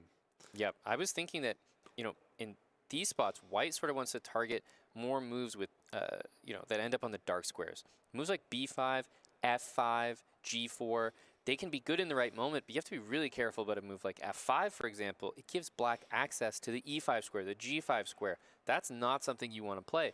So I default more to maybe your move a4. If the bishop takes it, then perhaps you have b5, and maybe a4, a5 would be a way to generate a little bit of something. I think what Fabi's doing is totally fine if he doesn't fall on the clock, fall behind, because he retains a bit of an advantage, and black has to always worry about the pushes, but that's only assuming the clock. Like, you use the clock as pressure. Right now, Fabi's the one that feels a bit of, We just saw Duda play king g8 and king h8. So it's important to realize that he has fully admitted he's happy to shuffle the pieces back and forth. So the pressure is now fully on Fabi. It's not like, oh, what is my opponent up to? Nope, he's admitting, I got no plans. My pieces are all on their optimal squares. You tell me what you're up to, and if Fabi doesn't produce anything here, we're going to have a series of really easy moves, and that's why you're seeing the computer kind of critical of these moves, Eric, because it needs some action. It's asking for something to happen. Well, this is why I think I like what Duda's been doing this game, that he's been playing practically. When you fall behind against Fabi, you're like, okay, I'm getting crunched. He's going to squeeze me to death. That means I have to do something active. But in order to play something active, you're kind of saying, did Fabi make a mistake to let me lash out? Because otherwise, if he didn't, lashing out against the bishop pair, against a solid player like Fabi, who makes very few mistakes, that's only going to worsen the position. He's not thinking like that. He's like, no, I'm worse. I'm happy to be worse, because until Fabi makes a mistake, there's no logic as to why I can just all of a sudden grab space. So he's just repeating, shuffling. And the h4 move is one of Fabi's first. It's the most committal move he's made in 10, 12 moves. Now the g4 square is a little bit weaker, but that h4 pawn pushes to h5, you have grabbed a bit of space. So interesting to see Duda decides to shuffle. I thought maybe he would deviate after h4. He's just happy to shuffle, and I'm curious if h5, grabbing some more light squares, maybe in the future, you can get your queen to g6. Yeah, he's happy though. I want to just play leave dark square h5 pawns. and put my queen to g6. That's one of the ideas I have. And there, if I get a pawn to g6, if the queens get traded, there's some ideas. And so how does the light square bishop trade look? Because, you know, it's hard to tell. It looks like it would be a decent one for white. You gain full control of the light squares, but you also lose your bishop pair. And in general, black is cramped, right? Duda has never had claim to more than just the, you know, kind of the 6th to 8th rank the entire game. No, and I don't see how he changes that. So I'm a little surprised he's not repeating or shuffling queen, which means there's something that concerns him. Why is he not playing queen h7 here? In fact, he's actually brought the bishop to e6, which is different, and we finally see something committed. And Eric, at least I could say this is in Fabi's favor, not because this specific move is that good, but because something is happening that'll always favor the bishop pair. Absolutely. The d6 pawn is weak. The b7 pawn is weak. The position has changed, as you said. The bishops benefit like that, and these are long-term weaknesses. Before there were some weaknesses. Now that d6 pawn is properly isolated, and I can see moves like bishop b4 in the future. I can see ideas like bishop h3 to put h5. I've always enjoyed h5 because it means if there's ever a queen trade, that queen is so annoying on g6. But if you ever remove it, that h5 pawn goes to g6. That takes away black's back rank ideas. The king can't move. All of a sudden, you're cramped. And if you put a bishop on b4, then when you capture on g6, the knight is loose, and then the d6 pawn could be loose. So here, there's a real space advantage for Fabiano, and Duda's actually running out of those moves we saw earlier, where he was able to shuffle back and forth. Now it's not so easy. Exactly right. Bishop back to d7, and look, he's once again, Fabi's in this position where we've kind of reset a little bit. A small flurry happened, but bishop now h3. Look at this. He's shuffling back and forth. Bishop h3, bishop d7. I have to calculate that, but these are the right moves. And he can retreat. He doesn't have to commit here. He wanted to see maybe if Duda would allow him to play bishop f5. Taking more time here. We may see slower moves. Bishop f3, king g2, king f2. He can sort of build it up again. There's nothing that black has done this game that has even resembled an active move. And I just want to say, usually don't trade off the bishops. The idea of trading off light squared bishops isn't that bad anymore. If I go bishop h3, go bishop b7, I can consider taking, putting my queen on f5 and maybe placing on d5, but I have targets. The knight on f7's dominated right now. Can't go to e5, can't go to g5. You can only go to d8. So even those positions, without the bishop pair, significant advantage for Caruana. Totally agree. Bishop c6 has now put Fabiano in the tank, though. Is he going to go bishop back to h3 and maybe trade the bishops this time, right? Because he wants to keep the game going. I think that's going to be his decision. Yes, he does. You know, not the biggest advantage, but it keeps things going, and he's starting to feel the pressure of time. Something we haven't mentioned yet, Eric. Fabiano Caruana, you know, not the best under time pressure. That's kind of one of his weaknesses that a lot of people talk about. He's improved over the years, but I definitely think that's an area that can be exploited.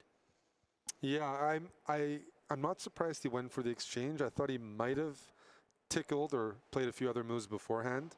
Maybe the bishop could have gone to f1. He went for this endgame, and I guess one benefit is he understands this position. There's clarity. The only dangerous piece for black was the light squared bishop hitting e4. Now that that's removed, black doesn't really have threats. I don't see, okay, the only thing black can do in the long run is if you can get your knight on f7 to a better square. Get it to d8, get it to c6, and if Fabi doesn't do anything between now and then, okay, but... He decides to take outside pass pawn, but, you know, this is a position that, for Duda, finally his pawns are connected. He just missed material, right? He had f5, rook e5, bishop c3. Oh, I believe Fabi just missed an exchange. And they both did, playing super fast here, realizing under 3 minutes, they're only thinking about the clock. In general, though, Duda has improved tremendously. Black's king is about to vacate the corner and make it to the center of the board. I think Duda can be very happy. Oh yeah, but Fabi, that h5 pawn, look at what it controls, g6. That king is going to slide over to f5. Well, you have to be careful. With Duda playing knight d8, he's saying I'm going to go knight c6, knight e7. But it's something. Okay, a break with e5. This is critical because, you know, it was about to be a situation where Duda was going to bring the king to the middle, reroute the knight, tons of pressure on the a pawn, but finally, Fabi decides to break. I'm not sure that this is, you know, this isn't really how you play for a win because even a3 is hanging. He's actually okay with the draw, and he's looking to liquidate.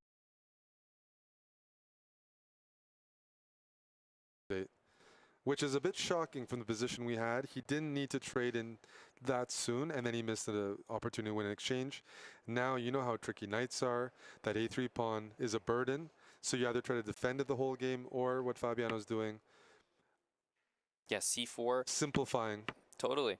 Rook over to c6. I will say, you know, 2 minutes on the clock. We're going to see what each player feels about this position truly. Do they want to play this for a win? I'm expecting the king to also make it into the center of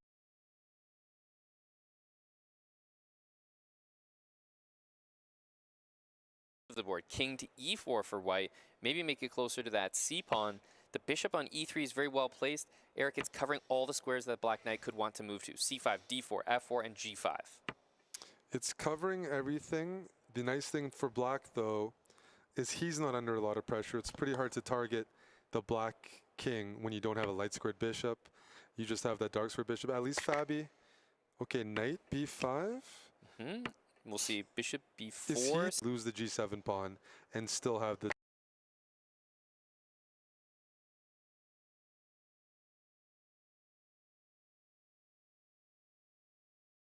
dark squared bishop present? King takes on c3. We see the check. If you can maintain the knight, you know, knights are very, very tricky pieces. We have option of knight d4 in the center of the board, or of course, knight back to d6 is very, very safe. So king b3. And if things get traded off here, you know, we're at that 1 minute mark. I wouldn't say we're looking at a potential flag just yet, Eric. In fact, repetition from these two right here would make a lot of sense, and it did. For a long time, he objectively had a much better position, even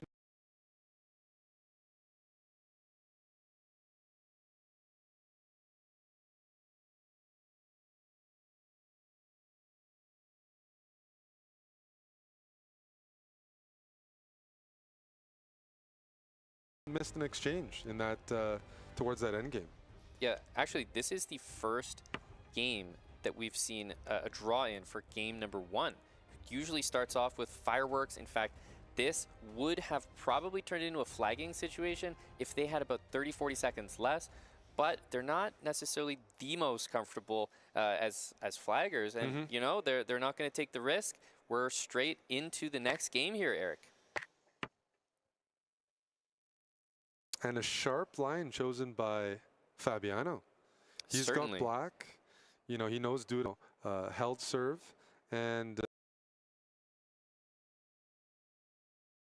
let's see what happens here. I think, well, one thing I remember about this line is it can be pretty forcing. So this could be some concrete preparation for Fabi. I mean, he's almost always well prepared, but a lot of trades can occur here, and the pawn structure gets clarified. If you play e5 as white, you know, Black plays knight d5, yes, white wins back the pawn on c4, but then Black has a nice solid knight on d5 with that outside a pawn. Not an easy line. Unshistoff Duda can be happy. What just happened in that game is a good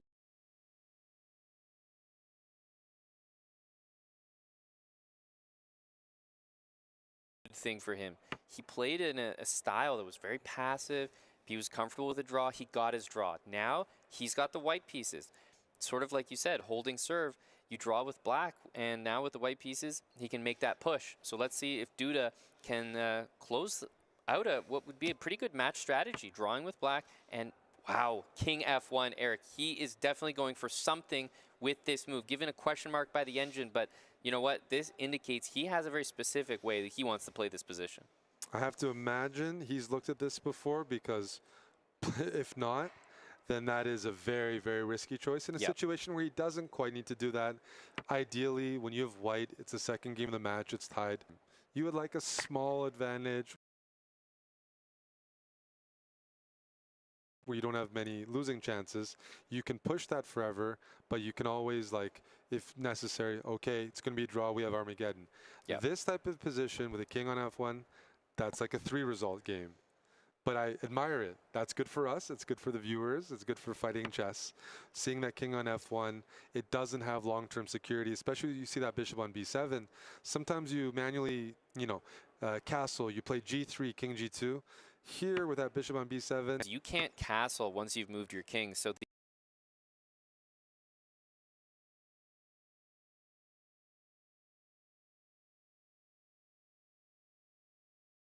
only way to get that rook out is to play h4 and rook h3. Yes, he has the idea to play rook g3, but he may also just leave the rook there. h5 is a decent follow-up, and let's not forget, he's got to get his pieces developed. Bishop on c1, knight on b1. At some point, they need to enter the game. Bishop g5 is an option for that bishop. Otherwise, I'm kind of wondering about this knight on b1. Like, where does it want to go? And I look at knight d2, knight c4, and maybe knight e5. I mean, I just have to... White's king can't castle.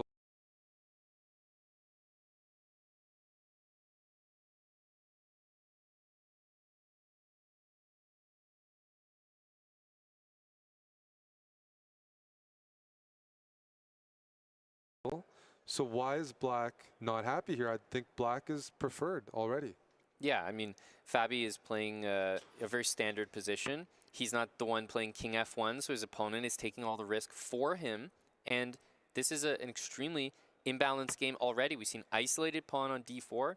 Normally what you do, control the square directly in front of it. You see all of the firepower in Fabi's position is on the d5 square. And conversely, I mean, look. It's a knight. Bishop.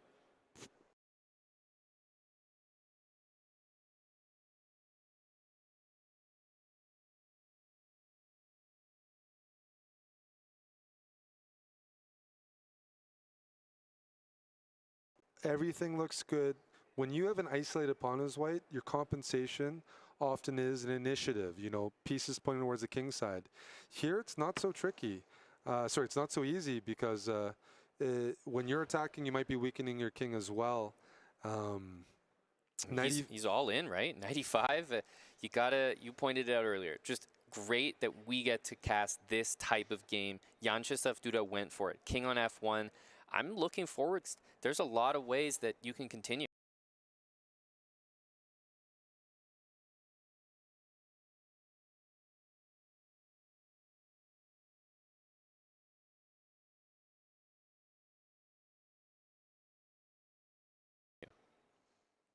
Yeah, the problem is the d5 square is great for black, but only one piece can be placed there at any given time. So right now, remains to be seen. Where's that knight on b6 going? Fabi wants to push the initiative or counterattack. Doesn't want to let white just play knight e5, rook g3, bishop to h6. Those are easy moves. That's a good initiative. It's his job to make that uncomfortable, make it hard to achieve. Rook c8, that's a step in that direction. Maybe he's going knight c4, but he needs... Consider, especially because if black decides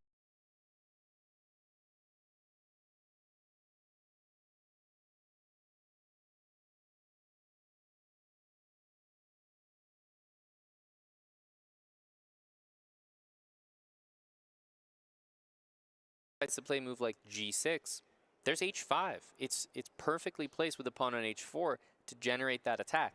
Now, don't get ideas of rook takes a7 here, hunting a pawn on the queen side for white. Immediately black can play bishop takes on b3. The bishop on c1 would be hanging, so you really just don't want to play on that side of the board.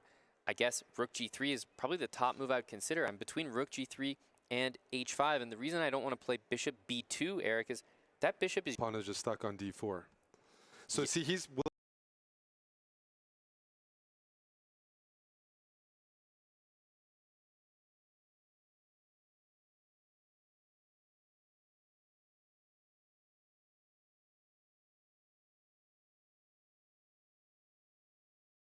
willing to sacrifice or open up lines. Right now, yeah, maybe black can't take back because there's bishop a3 in the end, skewering the rooks.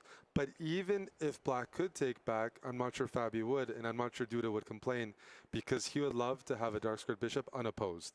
Even for the price of a pawn, it's an isolated pawn. He's already indicated he's looking to attack. That dark-squared bishop for white would be improved dramatically once Fabi's bishop on b4 is off the board.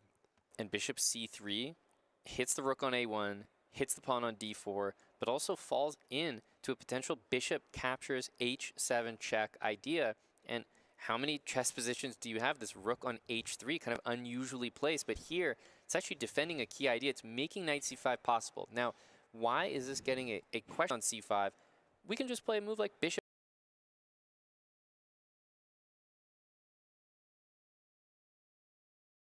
to a3.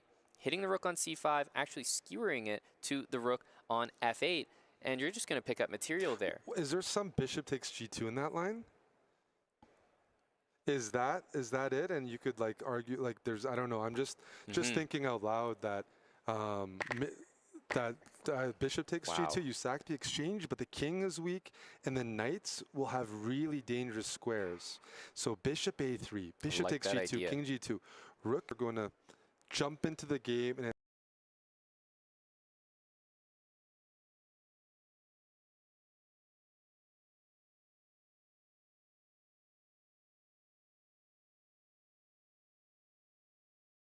attack the loose king on g2. If it's not that, I don't know what it is. I really like that idea. That is a phenomenal spot, and I think Fabi took the time and probably went for the exact same calculation because you know what? You don't play this if that's not your intention, right? You are lining up both of your rooks on the diagonal, a3 to f8. That is just going to be a much worse position unless bishop g2 is the plan. So let's see it. It is on the board. What a position. White is up on g6. g6 also supports the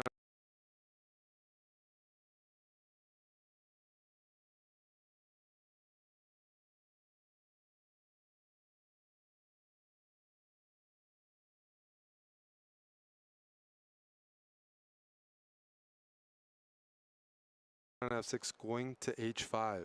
When it reaches h5, it hits f4. Even if white tries to stop that f4 square, the knight on b6 moves over to d5.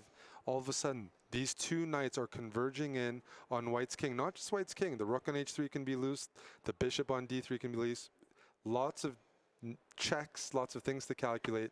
And even that queen on f8 on a good day also can start. Black's going to play in the dark squares here. Yep, and there's a even. You generally want to play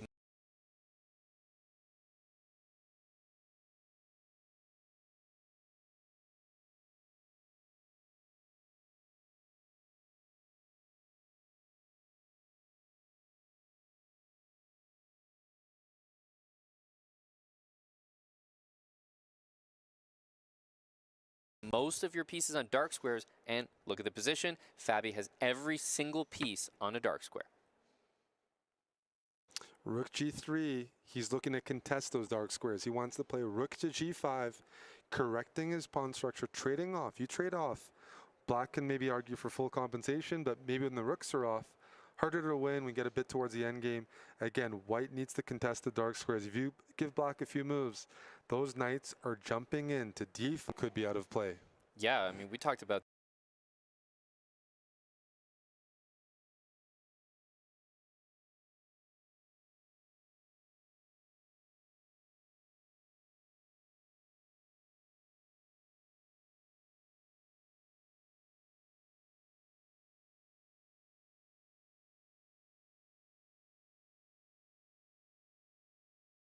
the move knight to h5 earlier. Now it becomes a real idea. It's hitting the rook on g3, threatening knight f4. So it looks to me like rook g5 is the most consistent move, right? The last move, rook g3, it's the only move that makes sense because knight h5 now hits the rook on g3. It's starting to look misplaced. It is looking misplaced. If you don't play it now... Yeah, have to play that. Yeah. This is the only idea. Obviously, if you take it, you're happy to take back. White is doing well because he's worried about being...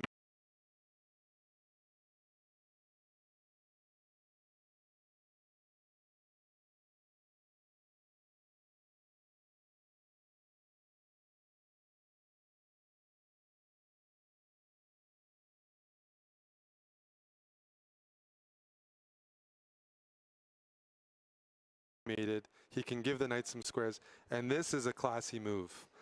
This is a classy move. If white takes on e5, the queen can recapture on e5. Access to f4 is coming in. Queen and knight coming into the f4 square. Maybe the other knight comes in on a good day. And yes, you have the b pawn, but you have to be calculating everything perfectly to make sure. If I push that b pawn at the right moment, I'm not getting checkmated. Dude is probably going to be more worried about the checks on the G file. You have two pawns.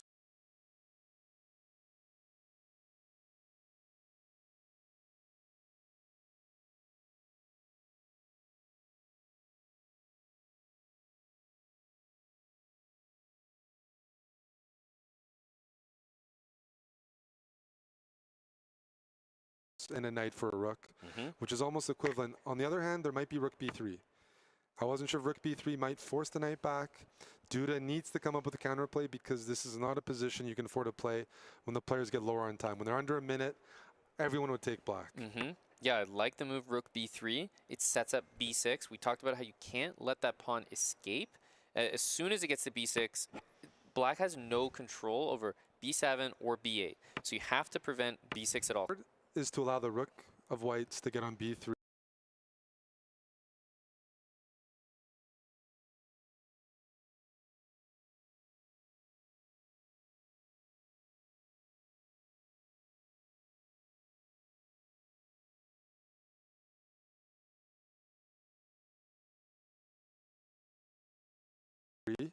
and then b6 to be played.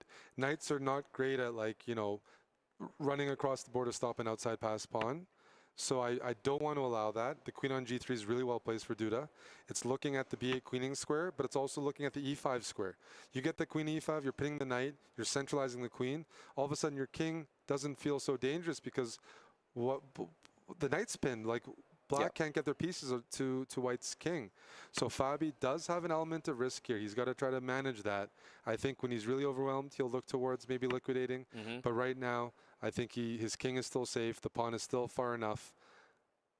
Yeah, queen b8. I mean, you're can't go rook b3 with the knight on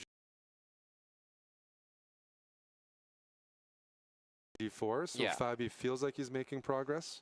I think so. I mean, I would agree that b pawn can't move, and you're slowly accomplishing things on the other side of the board.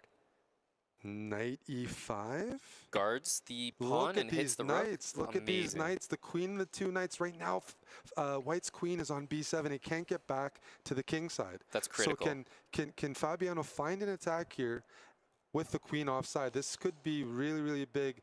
The most important piece to generate an imbalance.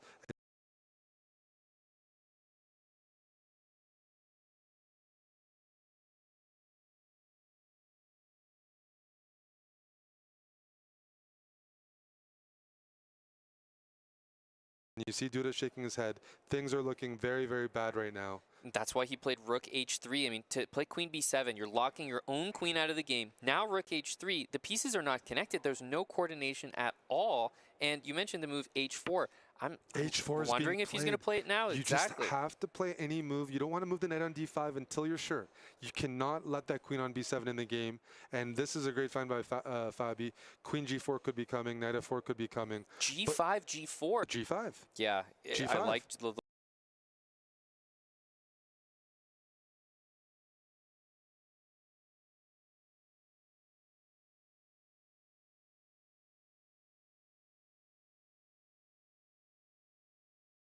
look at g5. Your g5 move, there's probably other moves too, but g5 actually looks very safe. The rook and the bishop are not good pieces. Okay, here we go. We have a check. This makes sense with the h4 move. There's no rook to g3, and you know, you start to get ideas like knight f3, although there is bishop g2. It might be queen d1 first, and then something like knight f4. Now, queen d1 prevents White from playing queen a1. Queen a1 is a nasty move. Hits e5, maybe brings the queen in. I like that. Oh, this is a good check too. Win the material outright. You could say maybe he would build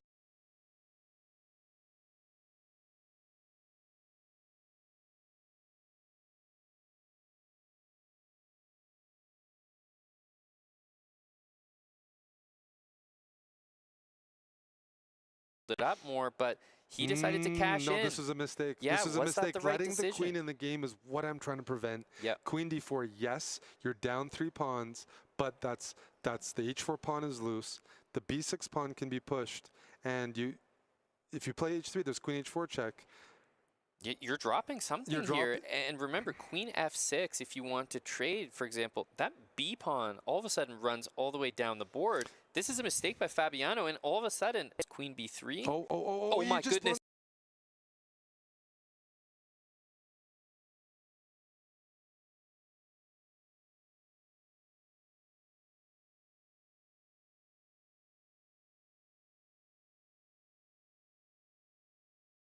Oh my goodness. That's the entire game. He found it. This is the danger of letting that pawn run.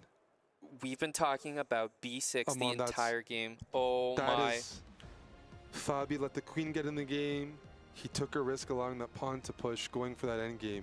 And what a turnaround. That was just one move. A one-move blunder. He was in control for most of that game, and Vyacheslav Duda, Twisted Minds, takes the victory over Team Liquid 1.5 to half. Back in the game, that said. Wow.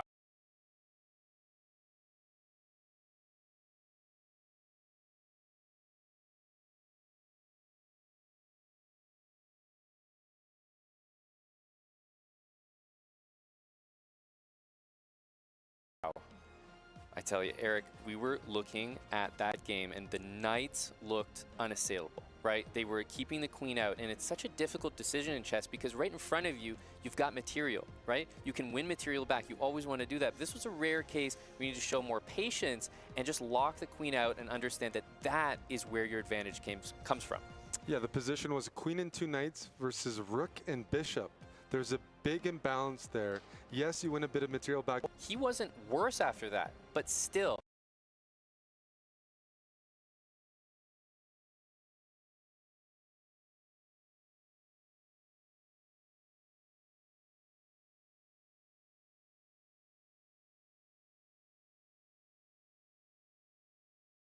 That one decision that he made to win material, it allowed the queen back, and then it felt like Duda had this bit of momentum out of nowhere. All of a sudden, every move with tempo, Fabi's time was getting a little bit lower, nerves, and then boom, there's the blunder, and there is the entire match.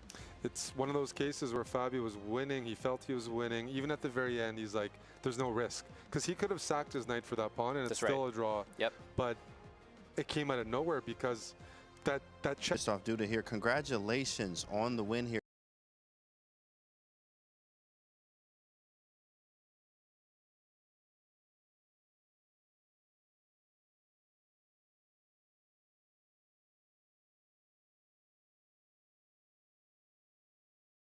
Can you take us through what happened in that last game? Well, I think it was a very interesting match. Of course, Fabiano is a very strong opponent, and I think I got worse positions in both of the games.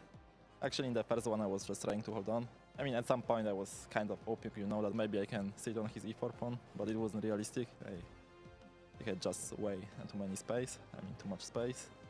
Okay, the second game was crucial, of course. Yeah, but then he came up with this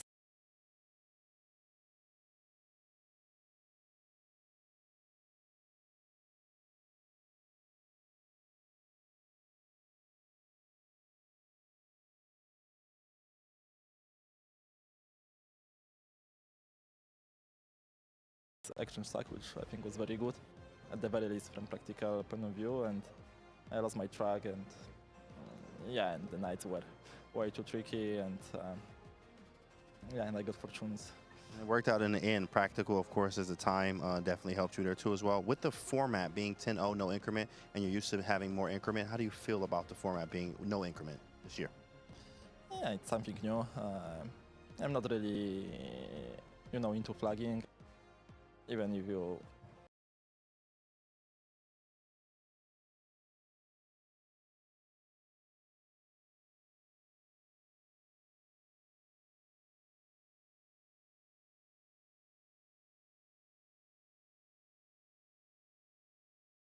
get like relatively good position or some easily drawn position, you may just get flagged. And yeah, so I just try to play quicker. I mean, I'm not saying I'm super quick, but a little bit, yeah. Like given it was like, I don't know, 3+1 or whatever.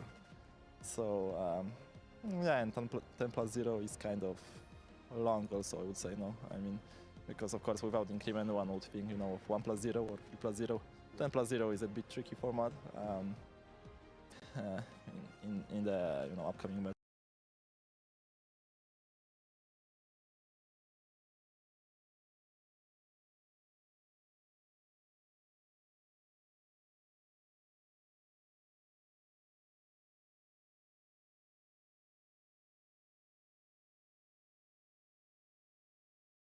So I come up with ideas on my own. Sounds good. Congratulations on your win today, and good luck to you in the rest of the tournament. We'll be back to you guys at the desk. Thank you very much, James, for another wonderful interview with the winner, Jan-Krzysztof Duda of Twisted Minds, who definitely had a smile on his face. That was a smile, yeah? Yeah, no, for sure. I mean, heartbreaking loss for Fabiano Caruana, who seemed to be in control for most of the game. First, he threw away his advantage, and then he threw away the draw at the end. I mean, he could have always eliminated the B. 1 and game 2, but unfortunately here,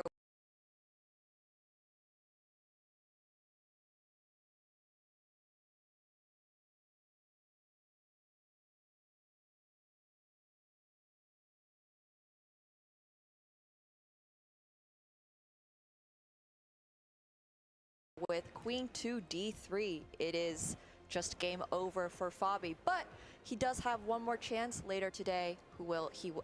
Tomorrow, actually. Well, we will be seeing Duda in the upper brackets. Wow, that was intense. That was intense for sure. But yeah, I mean, credit to Duda. I mean, he's such a resilient player. Like, even in worse positions, he just hangs in there, stays up on the clock, and takes his chances when they present them. Absolutely. I mean, there was a moment when he had Heart rate being somewhere around there at some point.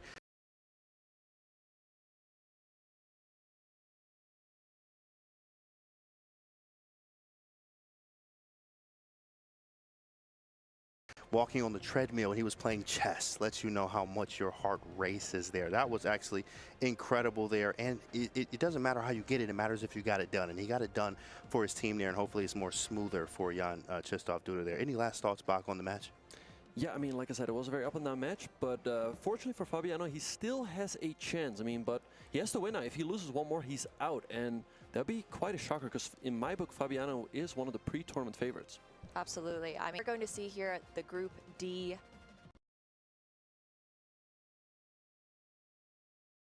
bracket with Magnus Carlsen triumphing over Nordebek Absutarov, going into the upper bracket with Jan Krzysztof Duda over here. And in the elimination match, we will see Nordebek from Navi against Team Liquid Fabi. That is a very important match, and both of them are, but especially the elimination match there. Somebody will be eliminated, Bach. That's definitely a scary thing we're here when it comes to the bracket here. Magnus versus Jan Krzysztof Duda here. Jan Krzysztof has actually been able to kind of notice him actually beating out Magnus to win the World Cup. I think, what year was that, Bob? Yeah, it was 2021. He beat Magnus in the semis, I believe, and then went on to win the whole thing. So yeah, he shows he's capable of beating anyone in the world. So let's see if he can also do it here. Yeah, stay tuned. We will be seeing this match here later today. Absolutely, guys. We got a short break, and we'll be back with more action. Stick around.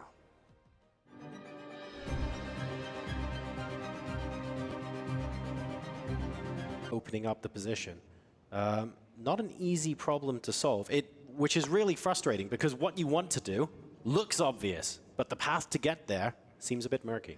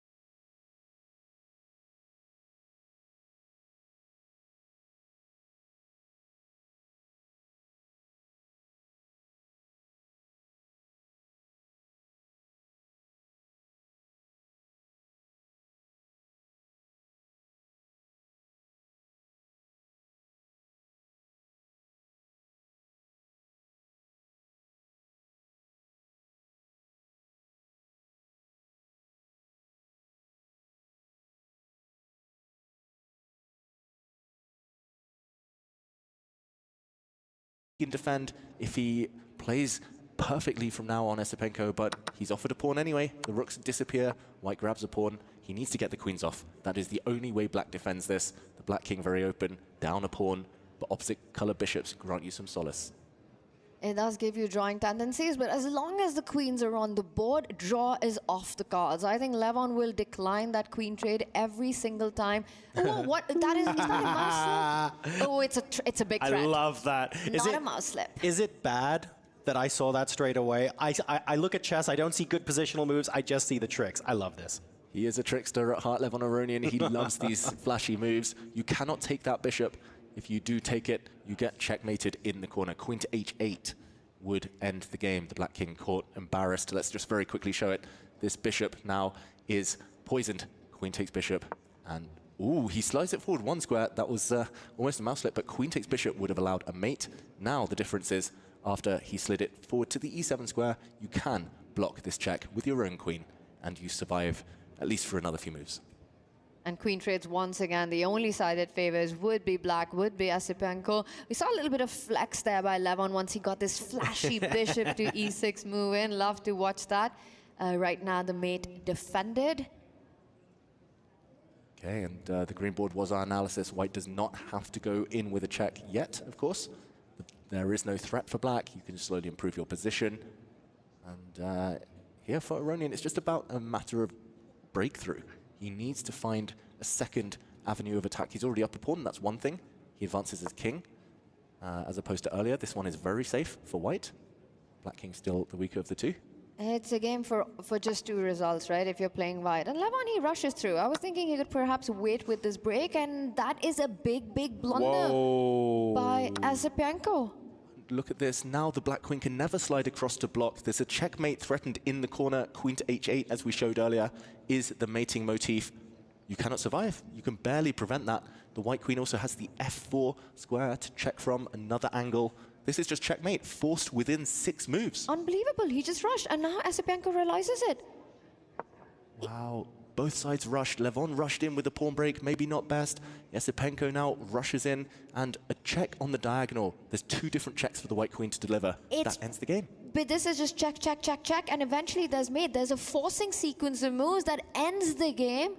Right now, right here, Levon takes a pause. He's going to see this through. He's been on fire. Clutch wins, getting that Vegas win, winning his match against Artemiev. About to pick up that h5 pawn with a check, but it's not just about that. He's going to hunt down the black king. It's a checkmate in 3. There we go. It's a check. The black king's going to come out, but the white queen can give mate on h7. There we go. It's over. Levon Aronian takes the first win.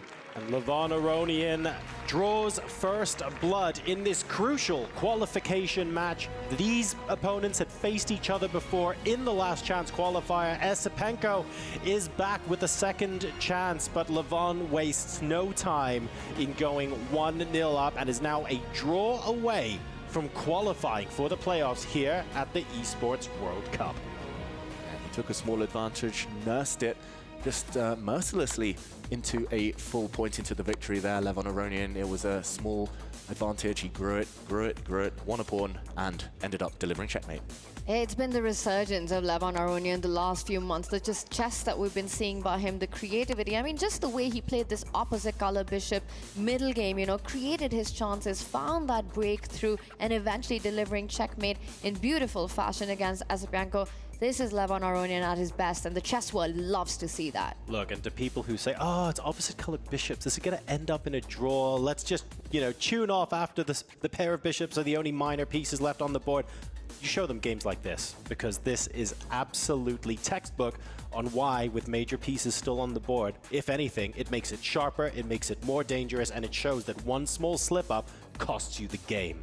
It always favors the attacking side, opposite color bishops, as long as you have the queens and all the rooks on the board. Levon Aronian, a masterclass from him, 42 years young. So impressive, still maintaining this world-class level. Oh, there's hope for us yet. There is. Nice. I shouldn't have said us there. I feel like I've unfairly dragged you two along with me. I shan't do that again, don't worry. But love to see it. Really good to see Levon. I mean, Levon is just on form at the moment. Off the back of freestyle, his calculation ability just, frankly, it's like a fine wine. He's getting better with age. And right now, he is looking unstoppable. fine Armenian wine. Absolutely. Incredible stuff here by Levon. You know, he's such a clutch player, and this you can see it. The pressure now that Esipenko is feeling. He's got to play for the win in the next one, a must win. He starts with the white pieces. That'll give him some hope. But again, just losing in this fashion, you know, you play this opening flawlessly. You feel as black, you've got everything under control. How bad can an opposite color bishop get? Well, the answer is really bad against a creative genius like Levon Aronian. So we're moving back into Queen's Pawn territory for game number 2. Let's go ahead and see what Andrei Esipenko can do in a must-win situation if he is to bring this match to an Armageddon. And he falls back to old recipes here. Andrei Esipenko employing the Jabava London system that got him a win against Jan Nepomniachtchi in the previous match. Here we saw a quick trade of pawns, the white knight now entering the center. Levon Aronian with the black pieces. He's gone for the most solid reply. About a decade ago, everyone was debating this variation. Andrei Esipenko, of course, was a youngster at the time. So how deeply has he analyzed white there, pushing a pawn very modestly. And looks like it's stabilized somewhat. Good news for Levon Aronian with black. It's safe to say for Andrei Esipenko, Jabava London is the big trick that he's prepared here for trying to get to the quarterfinals. Twice today on the board with the white pieces. He keeps the pace on the clock as well. He's kind of hinting that he might take the king to safety on that left flank, but it looks like that might be still very dangerous, especially with Lev now preempting it, lining up his rook on the C line. I would highly advise against a long castle here. Yeah, sometimes though you need to take risks, must-win situations. He's a very young, very ambitious player. I don't think he'll rush to make that decision. Often castling is a good idea in chess as early as possible, but it also does show your hand somewhat. And White's king is flexible to go either direction, so he might keep Levon Aronian guessing for a few more moves. Oh, or just play h4 now and remove all doubt, David. I mean, Harry's served us well today. Harry has served Esipenko well today, to be fair. He's had some pretty strong results, shoving that pawn off the board. So maybe we'll see the same here. Ooh, his hand it's possible. It's happening. Yeah, the white king had to castle there. That was the only way to defend the d4 pawn and b2 pawn from the black queen's gaze. As the queen moves yet again, setting up some potential sacrifices. The black bishop on f8, looking at an a3 pawn, a hook for the attack. And you mentioned hook for the attack. The b pawn rolling to exactly target that hook, b5, b4 coming in as well. So a lot of threats here being settled, being set by Levon Aronian with those last two moves. That's actually a question I wanted to ask, where if I count the number of moves required for black to get the pawns rolling in, b5, b4, I can count to 2. I'm bad, but I'm not that bad, right? White, h4, g4, h5, g5, g... I'm counting the moves here, and I'm going, white's attack is so much slower. What am I missing? Like, what are we abandoning the king side and going for the center here because black's king is uncastled? What's the plan here? Yeah, I don't think you're missing much. I think at least in ease of plan and ease of play for Levon Aronian, it's very straightforward. You throw pawns down the board. I think there are ways to guard against the attack. When the black b pawn reaches b4, you move the white knight out of the way. There's tension between the queens. Maybe at some point you do just move the knight and offer a queen trade and try to seek your chances in a queenless middle game. Okay. Ultimately, he might have to put his own attack on the back burner for Andrei Esipenko, but with his mood, the match situation, he might not want to do that. He's fighting the board, he's fighting his mind as well, right? Not only that, he's fighting the clock right now, 7.5 minutes.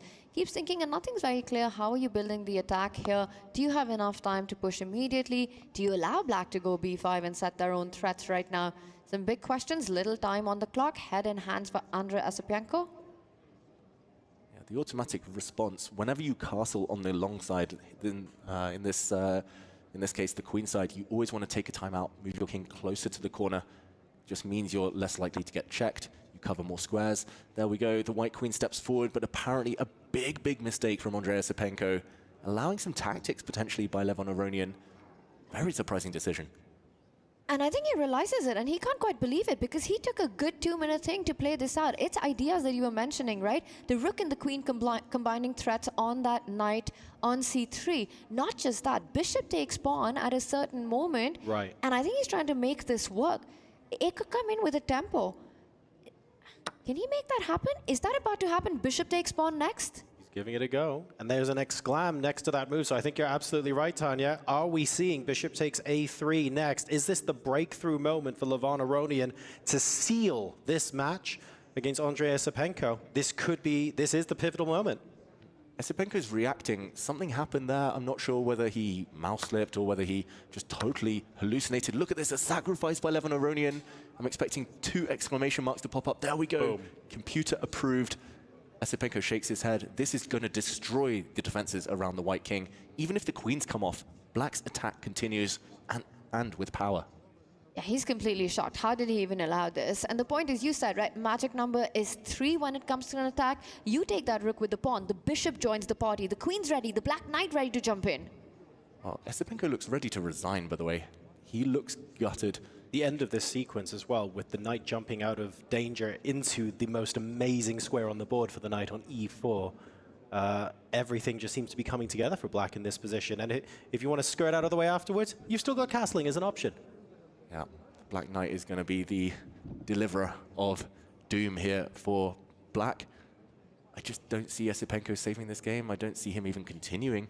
Maybe we can show that sequence on the board as the fans there look fascinated by what's about to happen. Or maybe we'll just see it unfold now. The queens do disappear. That was the only way to stop any immediate checkmate. And look at this. It's Forktown incoming. The Black Knight is hitting this pawn on the C3 square. It's hitting the F2 pawn. Either way, that would come with devastating power. The Black Bishop is threatening a pawn too, and you've only sacrificed a rook for knight. You're going to gain far more in return. And you're just unable to defend and guard against all these threats. It's like you said, one way or the other, the knight forks coming in. Bishop takes pawn, knight takes pawn coming in with a check on C3 after that as well. And Esipenko, he realizes this is a miniature. He's absolutely busted out of the opening in this one. Queens are off the board. What a beautiful sacrifice there by Levon, known as the artist, you know, one of the most creative players. And he sort of set that up, bringing his queen first to B6, then to A5, finding that right moment to trade the knights, and eventually, boom, rook takes knight. Yeah, the best you can do in this position is probably just to move your rook out the way. It's going to get hit by the Black Knight. So you preemptively move, you give up a pawn with a check, you run your king towards the corner, and you just hope to survive. But Black here has 2 pawns and a knight for the rook. This is actually happening on the board right now. We're going to see this unfold, but imagine the black rook coming across. This is going to be a matter of time before the white king gets caught embarrassed in the corner. And that's the thing, right? Even though the queens are off the board, it's still a mating net with the knight and the bishop combo combined. One of the majors joins the party, and guess what? For white, it's impossible to get a piece into defense. And we see he goes for the other way. He gets the king to safety with castle. And David, your idea is still on the cards. Rook C8, it arrives. We're going to see this being played out. A rook lift, and then over to the other side. Esipenko forced to desperately retreat his bishop here. It's still full control, but he survived the first wave of attack. That's always a necessary step, the bishop retreating. Problem is that white king is not going to find safety anytime soon. The black pieces are always creating threats. Esipenko looks really upset. He keeps adjusting his headset. I think he's just annoyed at himself for blundering earlier with his queen to E3 move. So we see this sometimes with other esports as well. Occasionally, you'll be buying yourself time, looking for the way back, and the question I would normally be asking you is, what is the path forward? What is the way back for white here? But realistically, you're buying yourself time. You're coming to terms with what has happened in the game. All of the body language, all of the facial expressions for Andrei Esipenko, they're not giving "I'm coming back" kind of vibes. They are absolutely him coming to terms with what's going on. And I think this is going to be a 2-0 for Aronian fairly shortly. Yeah, I don't know if a way back exists already. It might be too late to find that answer right there. He does set up the bishop against the king. And look at that. For Esipenko, he doesn't even bother about a check. He says he's ready to block it. You can bring your rook into the attack. Knight jumps in the air. Levon, he takes a pause. He's got all the time. And you can see the frustration there. Esipenko, he knows this is over. He's got to fight again for that quarterfinal spot. Yeah, it's so rare in chess to see someone give up hope this clearly, this visibly. Esipenko, ever since he moved his queen forward to E3, his face dropped, and he's not been hiding that poker face. The black rook comes in, it's forced checkmate within a few moves, it seems. Or maybe he's just going to win material in the process, Levon. Is there going to be a flashy double check? The black knight can jump forward. The king is hit by both bishop and knight. The white king therefore has to move, and the white bishop on E3. The dark squared bishop about to fall. And this might be the moment that Esipenko might just resign right here, right now, about to lose that bishop. It doesn't even stop there. The king hunt will continue. You can see it in his eyes as Levon, he glances up as well. What a beautiful game by Lev this was. So powerful, Levon Aronian. He got one chance, he took it, and Esipenko smiling here. He's about to hit that resign button. This is going to be game over. He's not smiling because he's pleased with what he sees. He's smiling because he knows that this is absolutely over for him. Knight D1, the double check, the bishop hanging next. And there we have it. Levon Aronian is through to the quarterfinals. Aronian overcoming Esipenko for a second time in dominating fashion to book his place, to book qualification to the playoffs here at chess at the Esports World Cup. An incredible display from the veteran who is still very much at the sharp end of the spear as far as world chess is concerned. What a fantastic performance. Just incredible, so inspiring, Levon Aronian, for the more experienced players out there, showing that you can continue pushing yourself, breaking down these new boundaries. And for Levon, he looks like a tough one to stop. So much momentum behind him. Esipenko, meanwhile, heartbreak, we saw it on his face, but he'll be back. And at 42, the oldest player in the field as well, you know, is the first one to go through to the quarterfinals. And this is a format which should be suited to the young modern generation. 10+0, no time increment. You think it is the younger guns who will be faster on the mouse, faster on the speed there.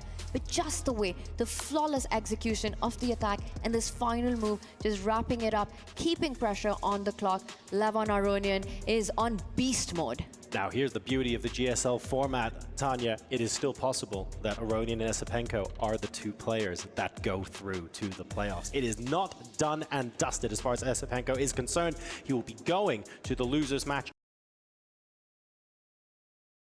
Strong that they'll probably be favorites, so I'm ready for the challenge. I like that. Ready to take on absolutely anyone and everyone. Ladies and gentlemen, we have one match left. And this time, it's going to be Falcon v Falcon for yet another qualification match. Don't go anywhere, because we're going to head on to the studio and prepare for our final match of the day.